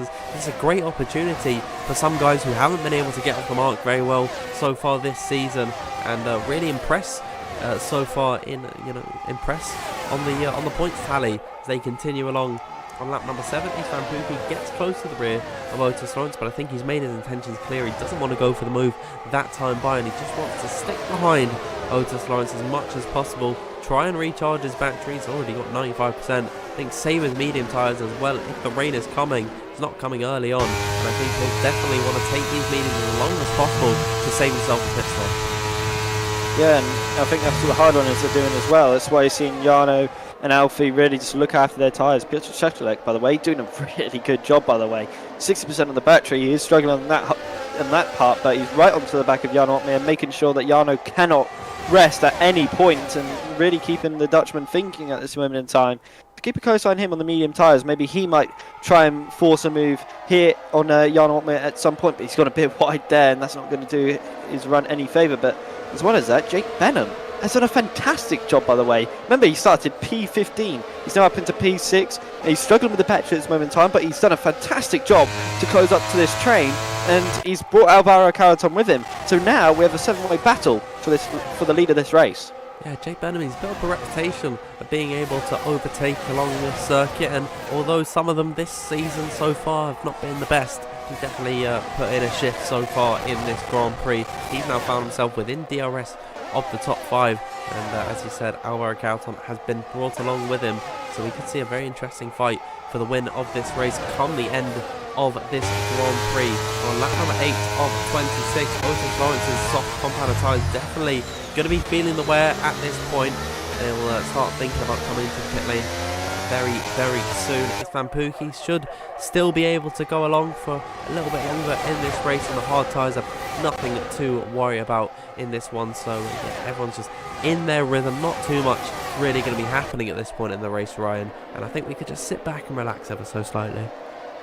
Yeah, and when it comes to the pit stops, that's when it'll decide to heat up once again, and these drivers will start to push. And I do wonder again who is going to be the first one who decides, I want to take this lead and really start to push the pace and see if anybody can hang with me.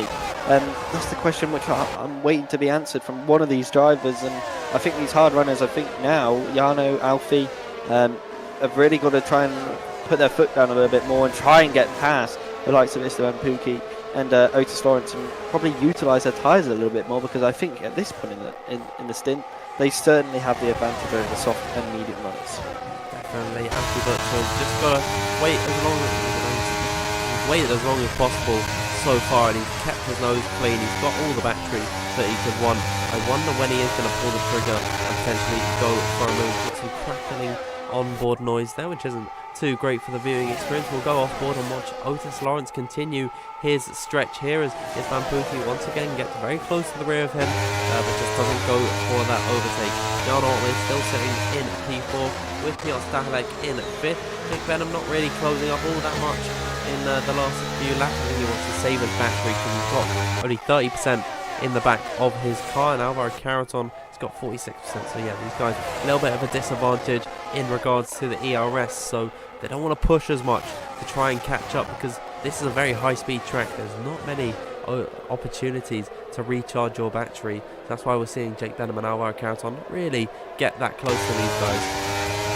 Yeah, just into turn 4 there, Alfie Butcher decided to put his nose down the inside of Esteban Pucci. It wasn't really a move, but it was just testing the limit of Esteban, and Esteban gave him the space, and I thought for a second that Alfie was really going to go for it, but he decided not to. Once again, he's happy to be in 3rd place at this moment in time, but you've got to think, could that come back to haunt him? Because when you get an opportunity like that on a grid like this, you really can't afford to really let down an opportunity like that. Absolutely. As number 10 of 26, we are getting towards about the midway point of this race. Just really has actually flown by, and it's sort of similar to the real-life British Grand Prix. We saw a lot of battling early on, and then all of a sudden it went a little bit dry in the middle of the race. As here comes Van Pookie now going for the move. Just as I say that, he retakes the lead of this Grand Prix on lap number 10. He gets ahead of Otis Lawrence, who's very happy to comply, but he runs a little bit wide in towards Stowe corner. Otis Lawrence is going to call it now, come into the pit lane at the end of lap number 10, take off these soft compounder tyres. I think they definitely did not have any life left in them. Yeah, he did a really good job to dictate the pace there, and he did a really fantastic job. So I wonder now, will these guys on the medium and the hards really decide to work together and do a nice overcut on Otis Lawrence? We'll have to wait and see, and I wonder what tyres he's gone for, and it is the mediums, and it is a slow stop there, but I think it was an in-game glitch there. So yeah, Otis is out now, and he'll be pushing hard. He's not the only one who's decided to hit this lap. Tom Manley and Josh Ryder are both following him in. Yeah, they've also opted to go for the medium tyres, and they could definitely go to the end at this point as Andrei Tarabukin gets by on Bent Zavokoni for P8. Some valuable points for these guys, and that is a decent move from him there. Chanakinchi looking to also improve on his position onto the back of Zabokoni, one of the most experienced PC drivers on this grid. He's been league racing on the PC platform for as long as I can remember, really, as everyone has sort of come up from the console platforms and made their names here. He's been on the PC the entire time, as Chanakinchi, unfortunately, the first 3-second time penalty along this evening, and I think that is actually pretty impressive, because this is a track with there's quite a few places where you can actually run a little bit too wide or cut the corner ever so slightly, pick up a warning. But Chanakinchi being the only one, that is very impressive from him. Yeah, and I'm surprised to see a penalty, to be honest, because this track usually you can tend to get away with it, but unfortunately for Chanakinchi, that's a big penalty, and that's going to massively hamper his race. But everybody else has been on their best behaviour so far and have managed to keep it clean. I wonder now, Alfie Butcher really is starting to push his car right to the limits of this track, and I wonder now, when will be the opportunity for Alfie to decide to go for the move? Again, Jan, just using enough of the battery to pull away from Piotr Stahalek, who's done a really good job, by the way, to recoup his battery, now up to nearly 90%. So he's done a really good job as a Polish driver, who's now coming under a little bit of pressure from Jake Benham. As we're getting a little bit of insight into how this race is going. Rain apparently in 10 to 15 minutes. I've got to quickly step away. I think I'm being shouted at for whatever reason. Someone's not realised that I'm commentating, but I'll be back in just a minute here, and I'll leave you in the very capable hands of Ryan. Okay, and see what's going on the stream, so I know exactly where we are, but at this moment in time it's Jarno Otmé again, who's doing a good job in 3rd position, and let's see what he can really do, as at this moment in time he's just in that stalemate position of being in 3rd place. An absolute nightmare as a driver, really, where you can't really decide when is the perfect time to make a move. In the background though, Ika Bienya has made a move on Chanakinchi. He's now up into the points position. We've now seen another move of Max Whittle going into the pits. not, and it's a 5-second speeding off the pit lane. So that's a really disappointing mistake for Max Whistle. And again, Alfie Butcher is right onto the back of Esteban Pukki. The question is, when will Alfie decide to make this move? We've waited patiently, and I think Alfie is just very happy at this moment in time to sit behind and just wait. He's very patient driver at this moment in time, very calculated, and we'll have to wait and see when Jarno will decide as well to follow him through, because you can't afford to wait around too long around here. And Max Whistle is going to be coming out the pits now, and let's see, Tom Manley does jump him as well, so the undercut has worked quite nicely, and Josh Idu as well has got in front as well, so interesting to see. But Otis Lawrence is doing a good job putting in the laps on these medium tyres. Yeah, absolutely, as I have returned, thankfully, as Otis Lawrence, he's doing a fantastic job at the minute. He's 4 seconds ahead of anyone else. I can't spectate Tom Manley because my ears have just been completely ruptured there. As on lap number 13, I'm noticing, Ryan, there's a lot more cloud coverage in the sky at this point. I'm quite worried, actually, as to when this is going to come, as here comes Alfie Butcher in towards Stowe Corner. He will lead the race for the first time in this Grand Prix, getting ahead of his Van Pukki on lap number 13. Jan Ortman is still sitting pretty in P3. Of course, all these guys get to pit, but if the rain is coming, they can pit onto the intermediates. Surely the likes of Otis Lawrence, Tom Manley, Josh Dowen, Max Wiesel going to be a huge disadvantage coming to the last few laps of this race. Yeah, they really are. But at the same time, when will these hards or mediums decide to really drop off? And I think that's been the key part of this race so far. Them deciding to look after their tyres from the get-go has maybe given them this opportunity to be able to extend their stint to the point that they can really pit for the intermediates when the rain does hit. And I can't believe it won't be too much longer, because the clouds are really starting to come across. They are starting to cover the track, so I can't predict it being too far away before we do see some raindrops hitting the circuit here at Silverstone. But we'll have to wait and see, because these hard and medium runners are going to really have to look after these tyres. Yeah, I think this is just typical of Britain. There's always got to be a threat of some rain at some point along here. That's just the British weather, isn't it? As they continue along at this point in this race. I think the hard compound tyres, they're fine. If the rain begins in the next 5 or 6 laps, they can definitely take that as long as possible. It's Van Pukki and Piotr Stahelec. They're definitely going to be in a tough position. Here comes Pukki, speaking of, towards the outside of Alfie Butcher. He does not want to let the hard runner dictate the pace of this race. He's going to come to the end of the lap. He's going to stay out for at least another run here. Alfie Butcher happy to comply and sit in P2. Jan Ortmeier once again just chilling back in P3, not using any of the battery at the moment. As I say that, he does get on the overtake ever so slightly, as Andrei Tarabukin, the first of the hard runners to come into the pit lane at this point, at least in the top 10. Yeah, we'll see what tyres he opts to go for. I'm wondering, Ryan, the softs able to go to the end here?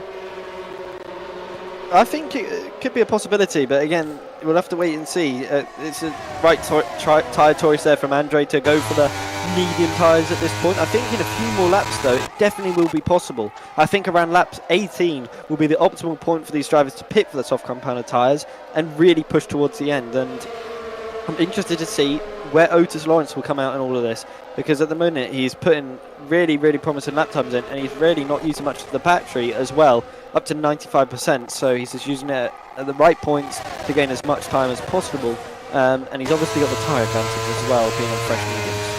And of course, if the rain doesn't hit eventually for the medium tyres, for the intermediate tyres to be in working force, Otis Lawrence is going to have the best chance of winning this race, because the undercut is so powerful around this track. This is one of the longest pit lanes on the F1 calendar. I think you used to lose time upwards about 30 seconds, and Otis Lawrence is 21.5 behind is Van Pukki. Maybe it's not as detrimental as 30 seconds, but it's something around that point. And so Otis Lawrence, he's doing a fantastic job of running on these medium tyres in the clear air, not using all of his battery either, and he's definitely going to be in a strong position coming towards the end, provided that the rain doesn't hit soon. Of course, it is also going to take a few laps for the rain to actually soak up the track enough to make it intermediate conditions. So as the laps tick on by and we don't see any rain, Ryan, I'm becoming more and more hopeful for Otis Lawrence. Yeah, I think Otis is just really relying on no raindrops to really start to form on this track. I think that's really what he's praying for at this moment in time. But again, these medium runners and hard runners are doing a really good job at this moment in time of just looking after their tyres and keeping a good, consistent pace. Otis is really flying, though. He was around 14 seconds back from Kanakinchi. He's now down to 13 seconds, so he is lapping ridiculously quick at this moment in time. And Jake Benham has gone for a move down the inside of the Cops corner. What a move that is from Jake Benham, and that's a clean move down the inside. Piotr Stachelek has had to concede that position. That is magnificent racing there from Jake Benham. Stachelek is not happy about that one. He felt that was maybe uncalled for. He was right on the back of Jake Benham off the exit of Maggots and Beckett's, and now heading in towards Stowe corner. He's all over the rear of Jake Benham in towards the corner. They go. They can't make that move stick, as there is Alfie Butcher making the overtake into P2, into P1, and he is coming into the pit lane, as is Isfan Pookie. The leaders are coming into the boxes, as is Piotr Stachelek. They are not feeling that the rain is going to come soon enough. Jan Ortmir, Jake Benham, Alvaro Caraton, they are all deciding to stay out on circuit for as long as possible. Maybe they're taking a little bit of a gamble here. Yeah, I think it most likely is that, or they're really just trying to nurse their hard compound tyres as long as they possibly can. Alfie Butcher gone for the medium tyres, Piotr Stachelek going for the softs, and I believe as well it's Istvan Pookie as well. Obviously, you're going to have to go for that mandatory opposite tyre. And look at the undercut, which Otis Lawrence has done. Wow, he's massively pulled away, and Tom Manley has got in front of Alfie Butcher as well, and Max Whistle and Josh Idowu. Oh, wow. So that just shows you the power of the undercut around here. But you've got to keep in mind the tyre advantage will all be in favour now of Alfie Butcher, Istvan Pookie and Piotr Stachelek. But my oh my, that is a huge difference between an undercut and an overcut around here. Yeah, so if Otis Lawrence gets caught by these guys by the end of the race, it is very unlikely he's going to win this one. However, he has got 3 cars in between himself and Alfie Butcher, Tom Manley, Max Wiesel and Josh Idowu, who are going to provide us sort of roadblocks to the likes of Butcher, Pookie and Stachelek, who are on their fresh tyres at this point in the Grand Prix. Surely the likes of Ortmir, Benham and Caraton, they're all seeing this as an, a not very ideal strategy. At this point, they're going to maybe try and stay out as long as possible. Jake Benham's going to dive into the pit lane. Jan Ortmir and Alvaro Caraton going to stay out for at least one more lap in this one. Ikabayana is looking to get by on Ben Sabaconi. I think Ben's actually come into the pit lane. So, yeah, massive turn of the tables in this race. Otis Lawrence, who it looked like he pitted maybe a little bit too early for the medium tyres to take them to the end if rain was coming. But as this race continues along, Alfie Butcher under pressure from Istvan Pookie. This is not what they need to be doing, fighting it out between themselves, when really they need to be fighting to catch up to Otis Lawrence, is getting him on the switchback. Alfie Butcher retaking that position ahead of Istvan Pookie, and he will hold on to that position ahead of the Hungarian. However, Istvan Pookie's definitely going to have a chip on his shoulder. He's got the fresher soft tyres. He'll have more grip at the moment in the back of his car, and now in towards the loop. You can see the difference in pace they have. However, Alfie Butcher is going to get a healthy dosage of DRS coming off the exit of the loop and heading in towards the Wellington straight. Butcher is going to have the run on Josh Idowu in towards Wellington corner. They go. Doesn't look like they're going to be able to make an overtake. However, brilliant stoic defense from Alfie Butcher. Just as I say that, Pookie on the inside trying to make the move stick, and just about. Alfie Butcher once again clinging with his life to that position. Yeah, Alfie Butcher went into the back of Josh Idowu, and that massively unsettled the car, and that's why Istvan Pookie nearly got the move done down the inside. And there we go, Istvan as well, going to go down the inside as well of Josh Idowu. They're going to be side by side through Maggots and Beckett. Incredible stuff, but Istvan Pookie gets the move done, and Piotr Stachelek follows through. Incredible stuff. Oh my word, Josh Idowu has been absolutely savaged by these guys. 3 overtakes in the span of just a few corners. Alfie Butcher's going to cleanly get by on Max Wiesel, and Istvan Pookie trying to send a move there up the inside as well. These guys want to keep touch with each other as best as possible, and Piotr Stachelek's also going to be able to make that move a lot simpler than what it was on Josh Idowu. These guys have been absolutely trounced by those tyres, and there's only about 4 seconds between maybe 4 or 5 seconds between Alfie Butcher and and Otis Lawrence. You'd think, Ryan, at this point they are catching at a rate of knots, and surely they're going to be able to challenge towards the end of this race.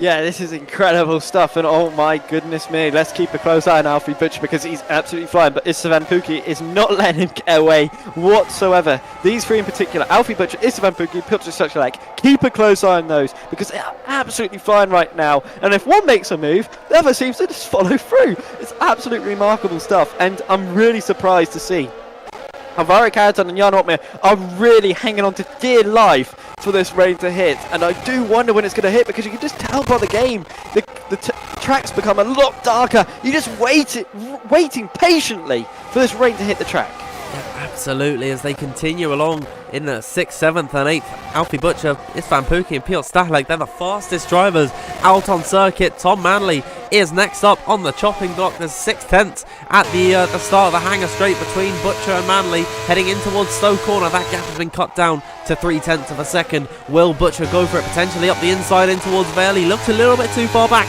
to send the move this time by, but he can go later on the brakes using these medium tyres to their full extent. 6 laps of a difference between these guys in terms of tyre wear, and you can just see the difference in grip that they've got. Alfie Butcher now right on the rear of his fellow countryman in towards Abbey. They go. He's going to have to make the move potentially up the inside in towards Village and Farm. Here they go in towards turn number 3. Alfie Butcher sitting back for the time being, allowing for Pukki and Stachelek to get their nose in here. Stachelek looking up the inside potentially of Istvan Pukki, now off the exit of the loop and on towards the Wellington straight. Alfie Butcher going to have a healthy dosage of DRS and he'll be able to make that move stick heading in towards the corner, but Istvan Pukki going to make it 3 wide and he goes up the inside. He makes a move stick on both of them. He gets 2 in one corner. Istvan Pukki now up into P5. He'll be tracking down Otis Lawrence now. 2.8 seconds between the pair of them. Piotr Stachelek's been a little bit bogged down. He's not been able to get by on Tom Manley, but Istvan Pukki and Alfie Butcher putting on an absolute show.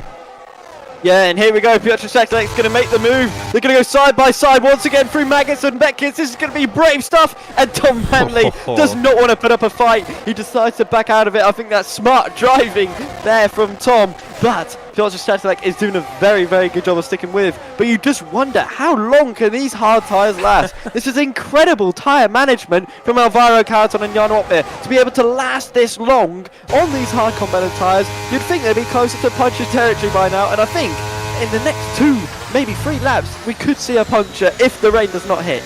It just really does look unlikely that the rain is going to hit and the intermediate tyres will be favourable, is what you've seen there, Ryan. Yeah, puncher, Ika Peña. He has got front left puncher. So that's a big indication these hard compound tyres are on their last legs. So how much longer can Jarno and Alvaro Caraton hold out for? Because it's surely not too long now. I'm going to be watching these guys. I know that Ikabayan has definitely been in a lot of scraps this race, and maybe he's taken more out of these tyres than Caraton and Otmir has. But certainly that is not a good omen for these guys. They are really going for everything or nothing in this race, praying that the raindrops begin to hit the circuit. But it just looks less and less likely as this race goes on. Will these tyres buckle? The rain's here. I just seen it now. Through Maggots and Beckett's, the rain is beginning to come onto the circuit. That might have been a visual glitch on my side of things, but I think now we've seen the rain as here comes Otmir looking up the inside in towards Stowe Corner. Is there rain here? For me, I haven't got any drops yet. Maybe it might be for you. I'm not too sure. It might be, but who knows? This game always likes to play mind games with us, and we like to see things, but Alfie Butcher is doing a really good job of closing up to the back of Otis Lawrence at this moment in time. I do wonder when this rain is going to hit. If it's hit, we'll have to wait and see. But at this moment in time, for me in particular, I cannot see any rain. So you'll have to let us know if the drivers are experiencing something different to the commentators. You'll have to let us know. But Jarno, again, these guys on lap 22 on the hard compounded tyres, and they are still yet to pit. When are these tyres going to give way? I just don't know at this point if it is the favourable strategy. Ikabayan is into the pit lane. I wouldn't be surprised if that is a DNF from him, or maybe onto a set of the softs to try and set the fastest lap of this race. And surely there's 2,200 people watching at the minute. Someone back me up here. I saw some rain in Maggots and Beckett's just in the corner of my eye, but I think there's maybe some wishful thinking going on, because it is definitely not falling at this point in the race, and it's certainly not falling heavy enough for Alvaro Carreton and Jan Ortmir to come into the pit lane for a set of the intermediate tyres. Otis Lawrence looks to be winning this race. However, Alfie Butcher with, 6 laps fresher tyres than the Welshman. He's almost within DRS range of Lawrence. Surely it is going to be about between these two to win this race.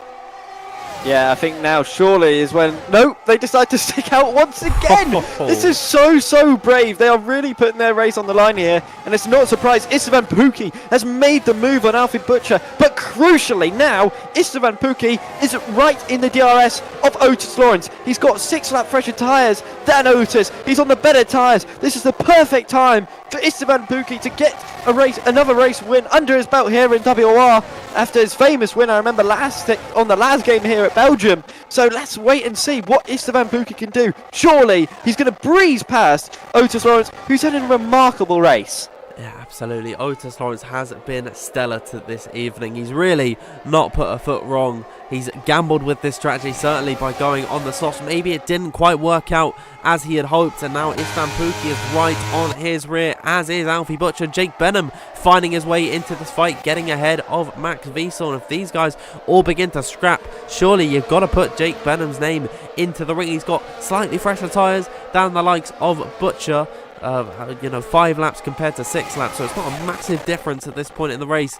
And at this moment in time, surely, I'm just thinking, when are these tyres going to puncture for Alvaro Carreton and Jan Ortmir? Surely they've got to concede and come into the pit lane at the end of this lap, as now penalties beginning to become a little bit more prevalent. Have we seen a puncture? Indeed there is. Carreton, his front left's given way. He is now going to be out of this race, and yellow flags crucially in Stowe Corner means that Istvan Pukki can't make this move stick, and I think they've just gone green in time for Istvan Pukki to take the lead of the race.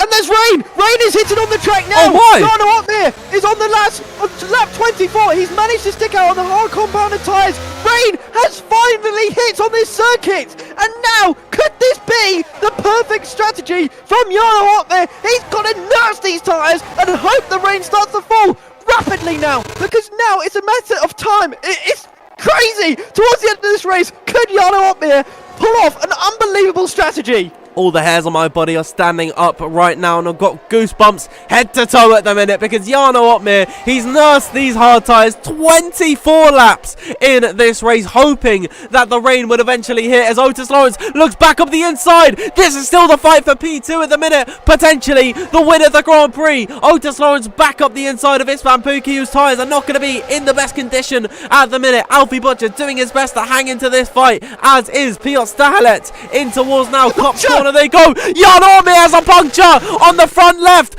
His tyres have given out at the last hurdle on lap number 24 of 26. The rain hit for him, but it just wasn't enough. His tyres now giving way. He has a puncture, and his race has been ruined. Oh, it's unbelievable. He did so well to manage those hard compounded tyres. That was unbelievable time management, but it just wasn't enough. Istvan Pukki's out taking the lead. This is crucial for the race now, because once this rain really starts to hit hard, it's going to be who's on the better tyres. And oh my goodness me, we're in for a treat now. I wonder what tyres Jana will go for. Would it be the Inters? He's got to risk it, surely now. Not the soft compounded tyres. Tom Manley has decided to pit as well here. So could we be in for a really tense final few laps? There's only 2 to go. Surely you just want to stick it out as long as possible on the set that you have strapped onto your tyre. Alfie Butcher following in behind Otis Lawrence. We've got to look at the fight. For now, the win of the Grand Prix between the top 4, all of them on different types of tyres, is now off the exit of the loop. Here they go. Otis Lawrence once again on the rear of Istvan Pukki, heading in towards the Brooklands corner at turn number 6. He just can't get close enough this time by, and Alfie Butcher is also going to stay in this fight, potentially feeling the pressure from Piotr Stahelec. Jan Ortmir has opted to go for the intermediate tyres, and interestingly enough, Jake Benham has also opted for that set, and he was potentially in the fight for what P5 in this race. He's decided to come into the pit lane on lap number 25 of 26, and he's strapped on the Inters. Yeah, it's really interesting from Jake Benham. Maybe they're predicting this rain to come down even heavier, but at this moment in time, the rain is really not getting thick enough where it's really starting to affect the track, that all these medium and soft compounded tyres are still absolutely flying at this moment in time. They really need this rain to pick it up a notch or two for these drivers to really start to slide around this track. But at this moment in time, you can just see the grip these soft and medium runners do have. It's not enough for the intermediates, and unfortunately for the likes of Alvaro Carreton and Jan Opmeer, who tried their best to make those hards last towards the end, it just doesn't seem to be enough. So here we are then on the last lap of the race. The rain just did not come close enough for Alvaro Carreton and Jan Opmeer to really benefit from going long on the hards. It is now a four-way fight for the win of this race. Istvan Pukki leading on 9-lap-old soft compound of tyres against Otis Lawrence and Alfie Butcher, who's going to have the best conditions out of anyone. Let's have a look at the battery. All of them very low at the moment, except for Otis Lawrence. He's got 40% in the back of his McLaren, and now he's going to be closing in towards Istvan Pukki, in towards Brooklyn they go. He looks towards the outside line. Alfie Butcher sneaking his way up the inside line. Otis will have the inside for turn number 7 at Luffield, but off the exit of that corner. Surely they don't want to be fighting for P2, because the win of this race is going to be slipping away from them. Istvan Pukki going to be able to get away up the road ever so slightly. In towards Copse Corner they go for the final time in this race. Surely everything going to climax down in towards Stowe. Turn number 15. They've got to navigate Maggots and Beckett's in these tricky conditions for the final time in this race. Here we are now. Otis Lawrence, Alfie Butcher, Piotr Stahalek, they'll all have the DRS to charge at Istvan Pukki, and in towards Stowe Corner they go down the hanger straight. Pukki defending to the inside line. Otis Lawrence goes a long way round, and he's going to take the lead on the final lap of this race. He's going to take victory here, because Istvan Pukki getting bogged down. Here comes Stahalek getting the position on Alfie Butcher. But off the exit of the Vale chicane and through Club Corner for the final time, Otis Lawrence is going to take victory here in Great Britain. He'll win at Silverstone. Istvan Pukki hangs on for P2. Stahalek and Alfie Butcher spinning across the line. And I think something's happened there. Butcher maybe didn't get across the line and he retired. Something's gone on there, because he's way down the order. Has he not crossed the line there? I think he 100% did there. What happened was, Piotr Stahalek made an unbelievable move down the inside of Alfie Butcher, who went for a move around the outside of Istvan Pukki, but Alfie Butcher got caught up on the outside curb. It lost the rear end. He had to catch the car brilliantly, but lost all momentum coming into the final few corners of turn 16 and 17. He made contact into 16 with Stahalek, and then Stahalek made a brilliant move down the inside into 17. And then Alfie Butcher got a great exit, and then Stahalek was in front, but Alfie got such a good exit that he made contact and they spun across the line, and then Stahalek finished just in front of Alfie Butcher, but that could have gone right to the stewards there if Stahalek did not finish in front. I think, I mean, what can we take away from that race? I've been suffering with a cold all day today, and I think I've just firmly put myself in a coffin, because my throat is absolutely dead at the end of this one. Otis Lawrence winning this Grand Prix ahead of Istvan Pukki. I'm not too sure what's happened between Piotr Stahalek and Alfie Butcher. I think that Stahalek has taken the final spot on the podium, and I would imagine that means Alfie Butcher in P4.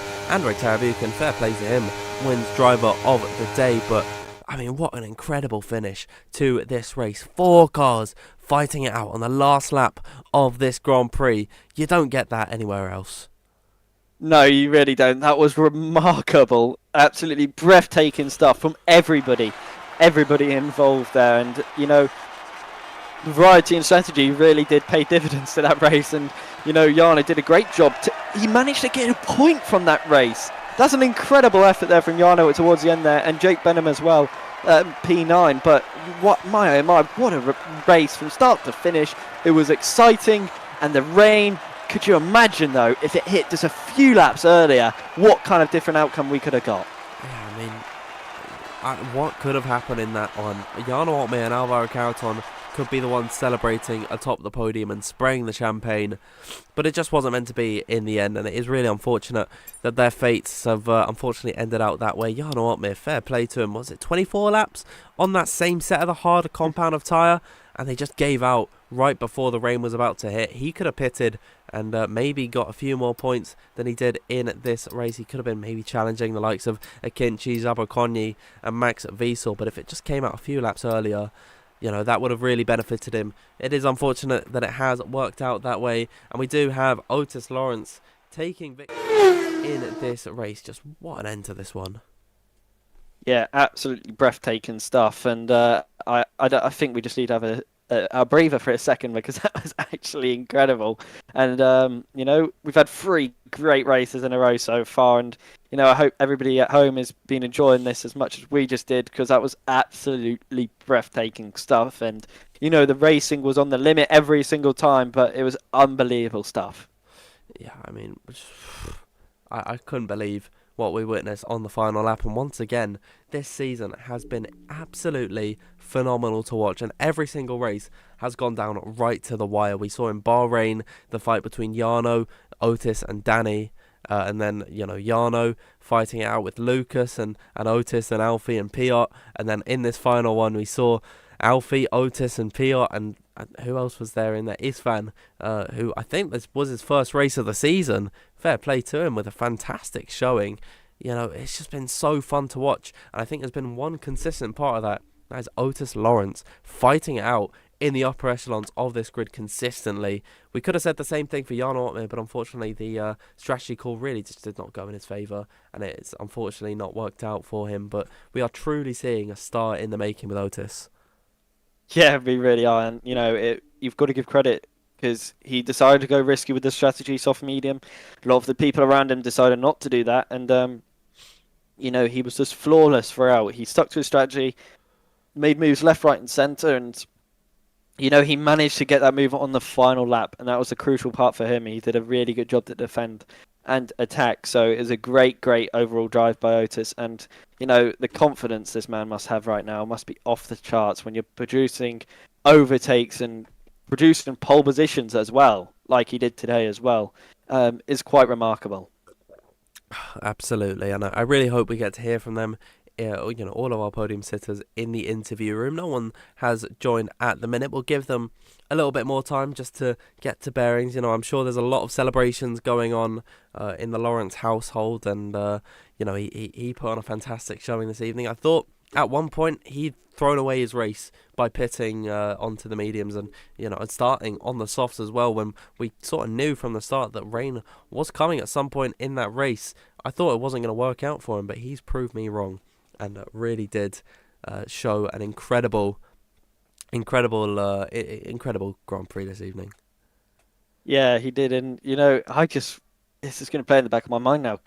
If that rain decided to go, right, I'll come a little bit earlier now, what kind of different outcome we could have got there? Because the rain was really picking up on that last lap. If it was just a few laps earlier, maybe Jarno and Alvaro Carreton could have been on for a 1-2, and they could have had a really fierce battle towards the end.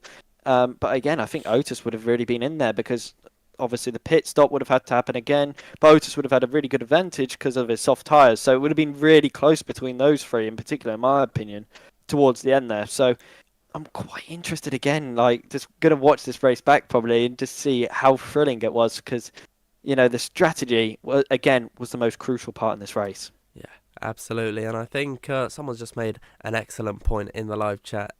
SMD CUO Live has said most impressive thing about Otis is his tyre management, and I completely agree because he had the worst tyres out of anyone in that fight for the top four. He was like 15 lap old medium tyres on maybe even 16 lap old medium tyres at the end of the race, and he was able to fight with the all the guys who had fresher soft and medium tyres than him. So I think you've really got to give it to him there. He has done a fantastic job, and I think now, Ryan, we can bring him in to the Discord for an interview. He'll be joining us ever so shortly. There we are. Brought him into the commentary box. Otis, can you hear me? Yeah, I can hear you. All right, so perfect. Let's start this interview off with your qualifying. You, of course, you were really strong early on in Q1 and Q2. It was one and done, and then heading into Q3 you were able to take pole. So how confident were you heading into that race? I felt insanely confident. I think Silverstone is probably one of my best tracks. So yeah, I was really confident before the race. And yeah, I think I got pole by a 10th. So yeah, very happy with the performance of quali. And yeah, I'm really happy with the lap. And yeah, the race was really good as well as we went. As the tires were quite bad on my end, I think. Obviously, I pitted quite earlier than most people. But But yeah, I think I managed them quite well. I wasn't really pushing. I think Tom Manley was getting like a second and a half on me, so yeah, I could tell he was pushing quite a lot. And yeah, that last lap as well. I saw Isfan Pookie ahead of me flashing, and Alfie I heard was on 15%. So yeah, I was gonna win because I had like 55% left. So yeah, happy to win. And yeah, now I think I'm championship leader now. So yeah, just gonna try and continue on, try and maybe win the championship. I do believe that you are right in saying that you are championship leader. The gap was 13 points to Jarno coming into this one. He's only scored 1. You've netted yourself 25, so there's a pretty healthy gap between yourself and your championship rival. And I actually want to ask, what that means to you to be able to fight with such a storied driver like Jarno Opmeer. Yes, it's always an honour to race a lot of known people who, when I was younger, I used to fanboy quite a bit. But yeah, yeah, it's crazy experience. And yeah, I love racing against everyone. It's so fun, brilliant. Yeah, I mean, and heading into the rest of the season, surely confidence got to be sky high for you. Yeah. I'm not sure what the next tracks are, but yeah, I'm quite confident after that race win, and yeah, I'm going to try and continue the momentum. Yeah, if I'm not mistaken, and Ryan, correct me if I'm wrong, I think we're heading to Brazil next. So yeah, how are you feeling around that track?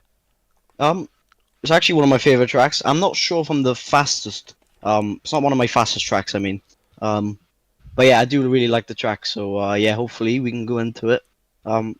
Quite confident and try and win again. Yeah, well, thank you very much, Ryan. Anything you want to pose to our race winner?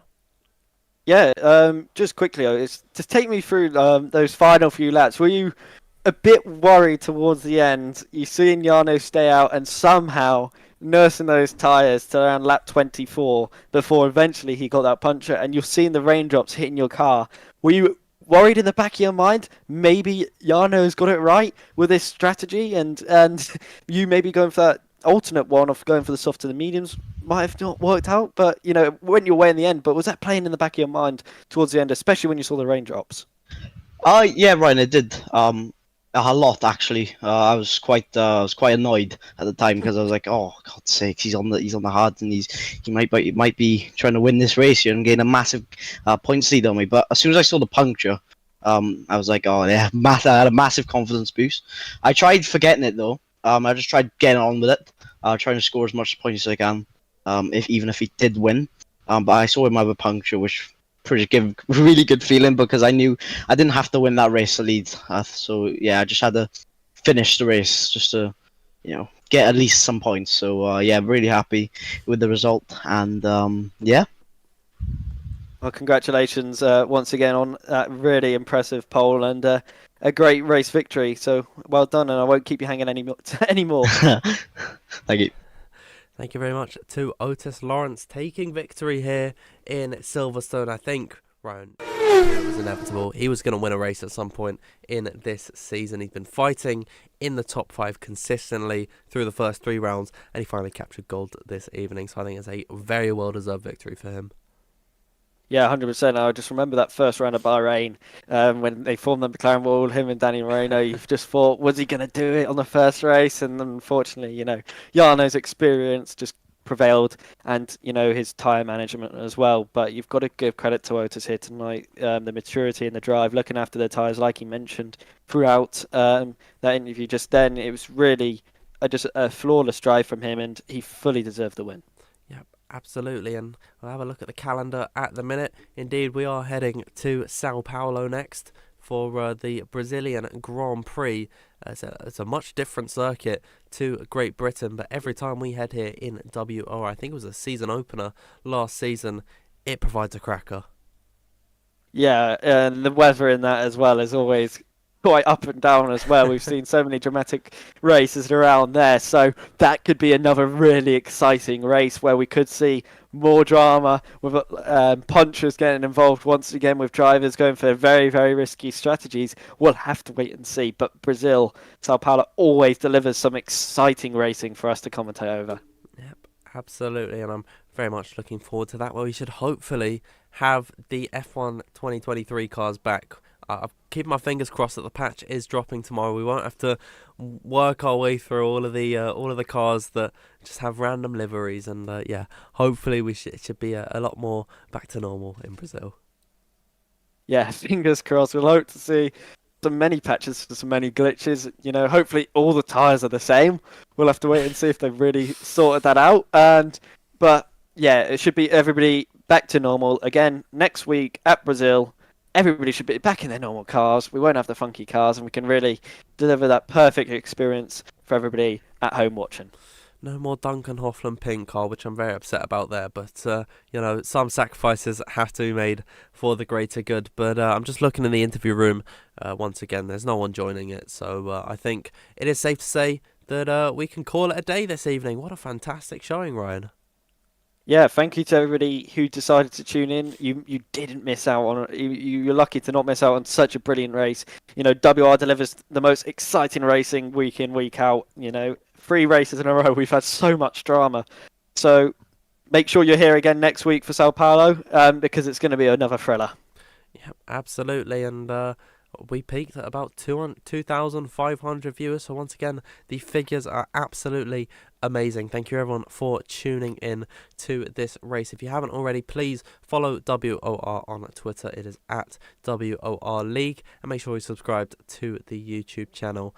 It is the big red button beneath the stream. You cannot miss it whatsoever. If you want to keep up to date on all WOR news, you can join our Discord. The link will be in the description. If you want to follow myself on Twitter, it is just below my face, Danfield F1_. And if you want to follow Ryan, it is Ryan 4_ Jacob, and his name is also beneath there. But yeah, thank you everyone for tuning in this evening. We will see you next time in Sao Paulo. Thank you and good night.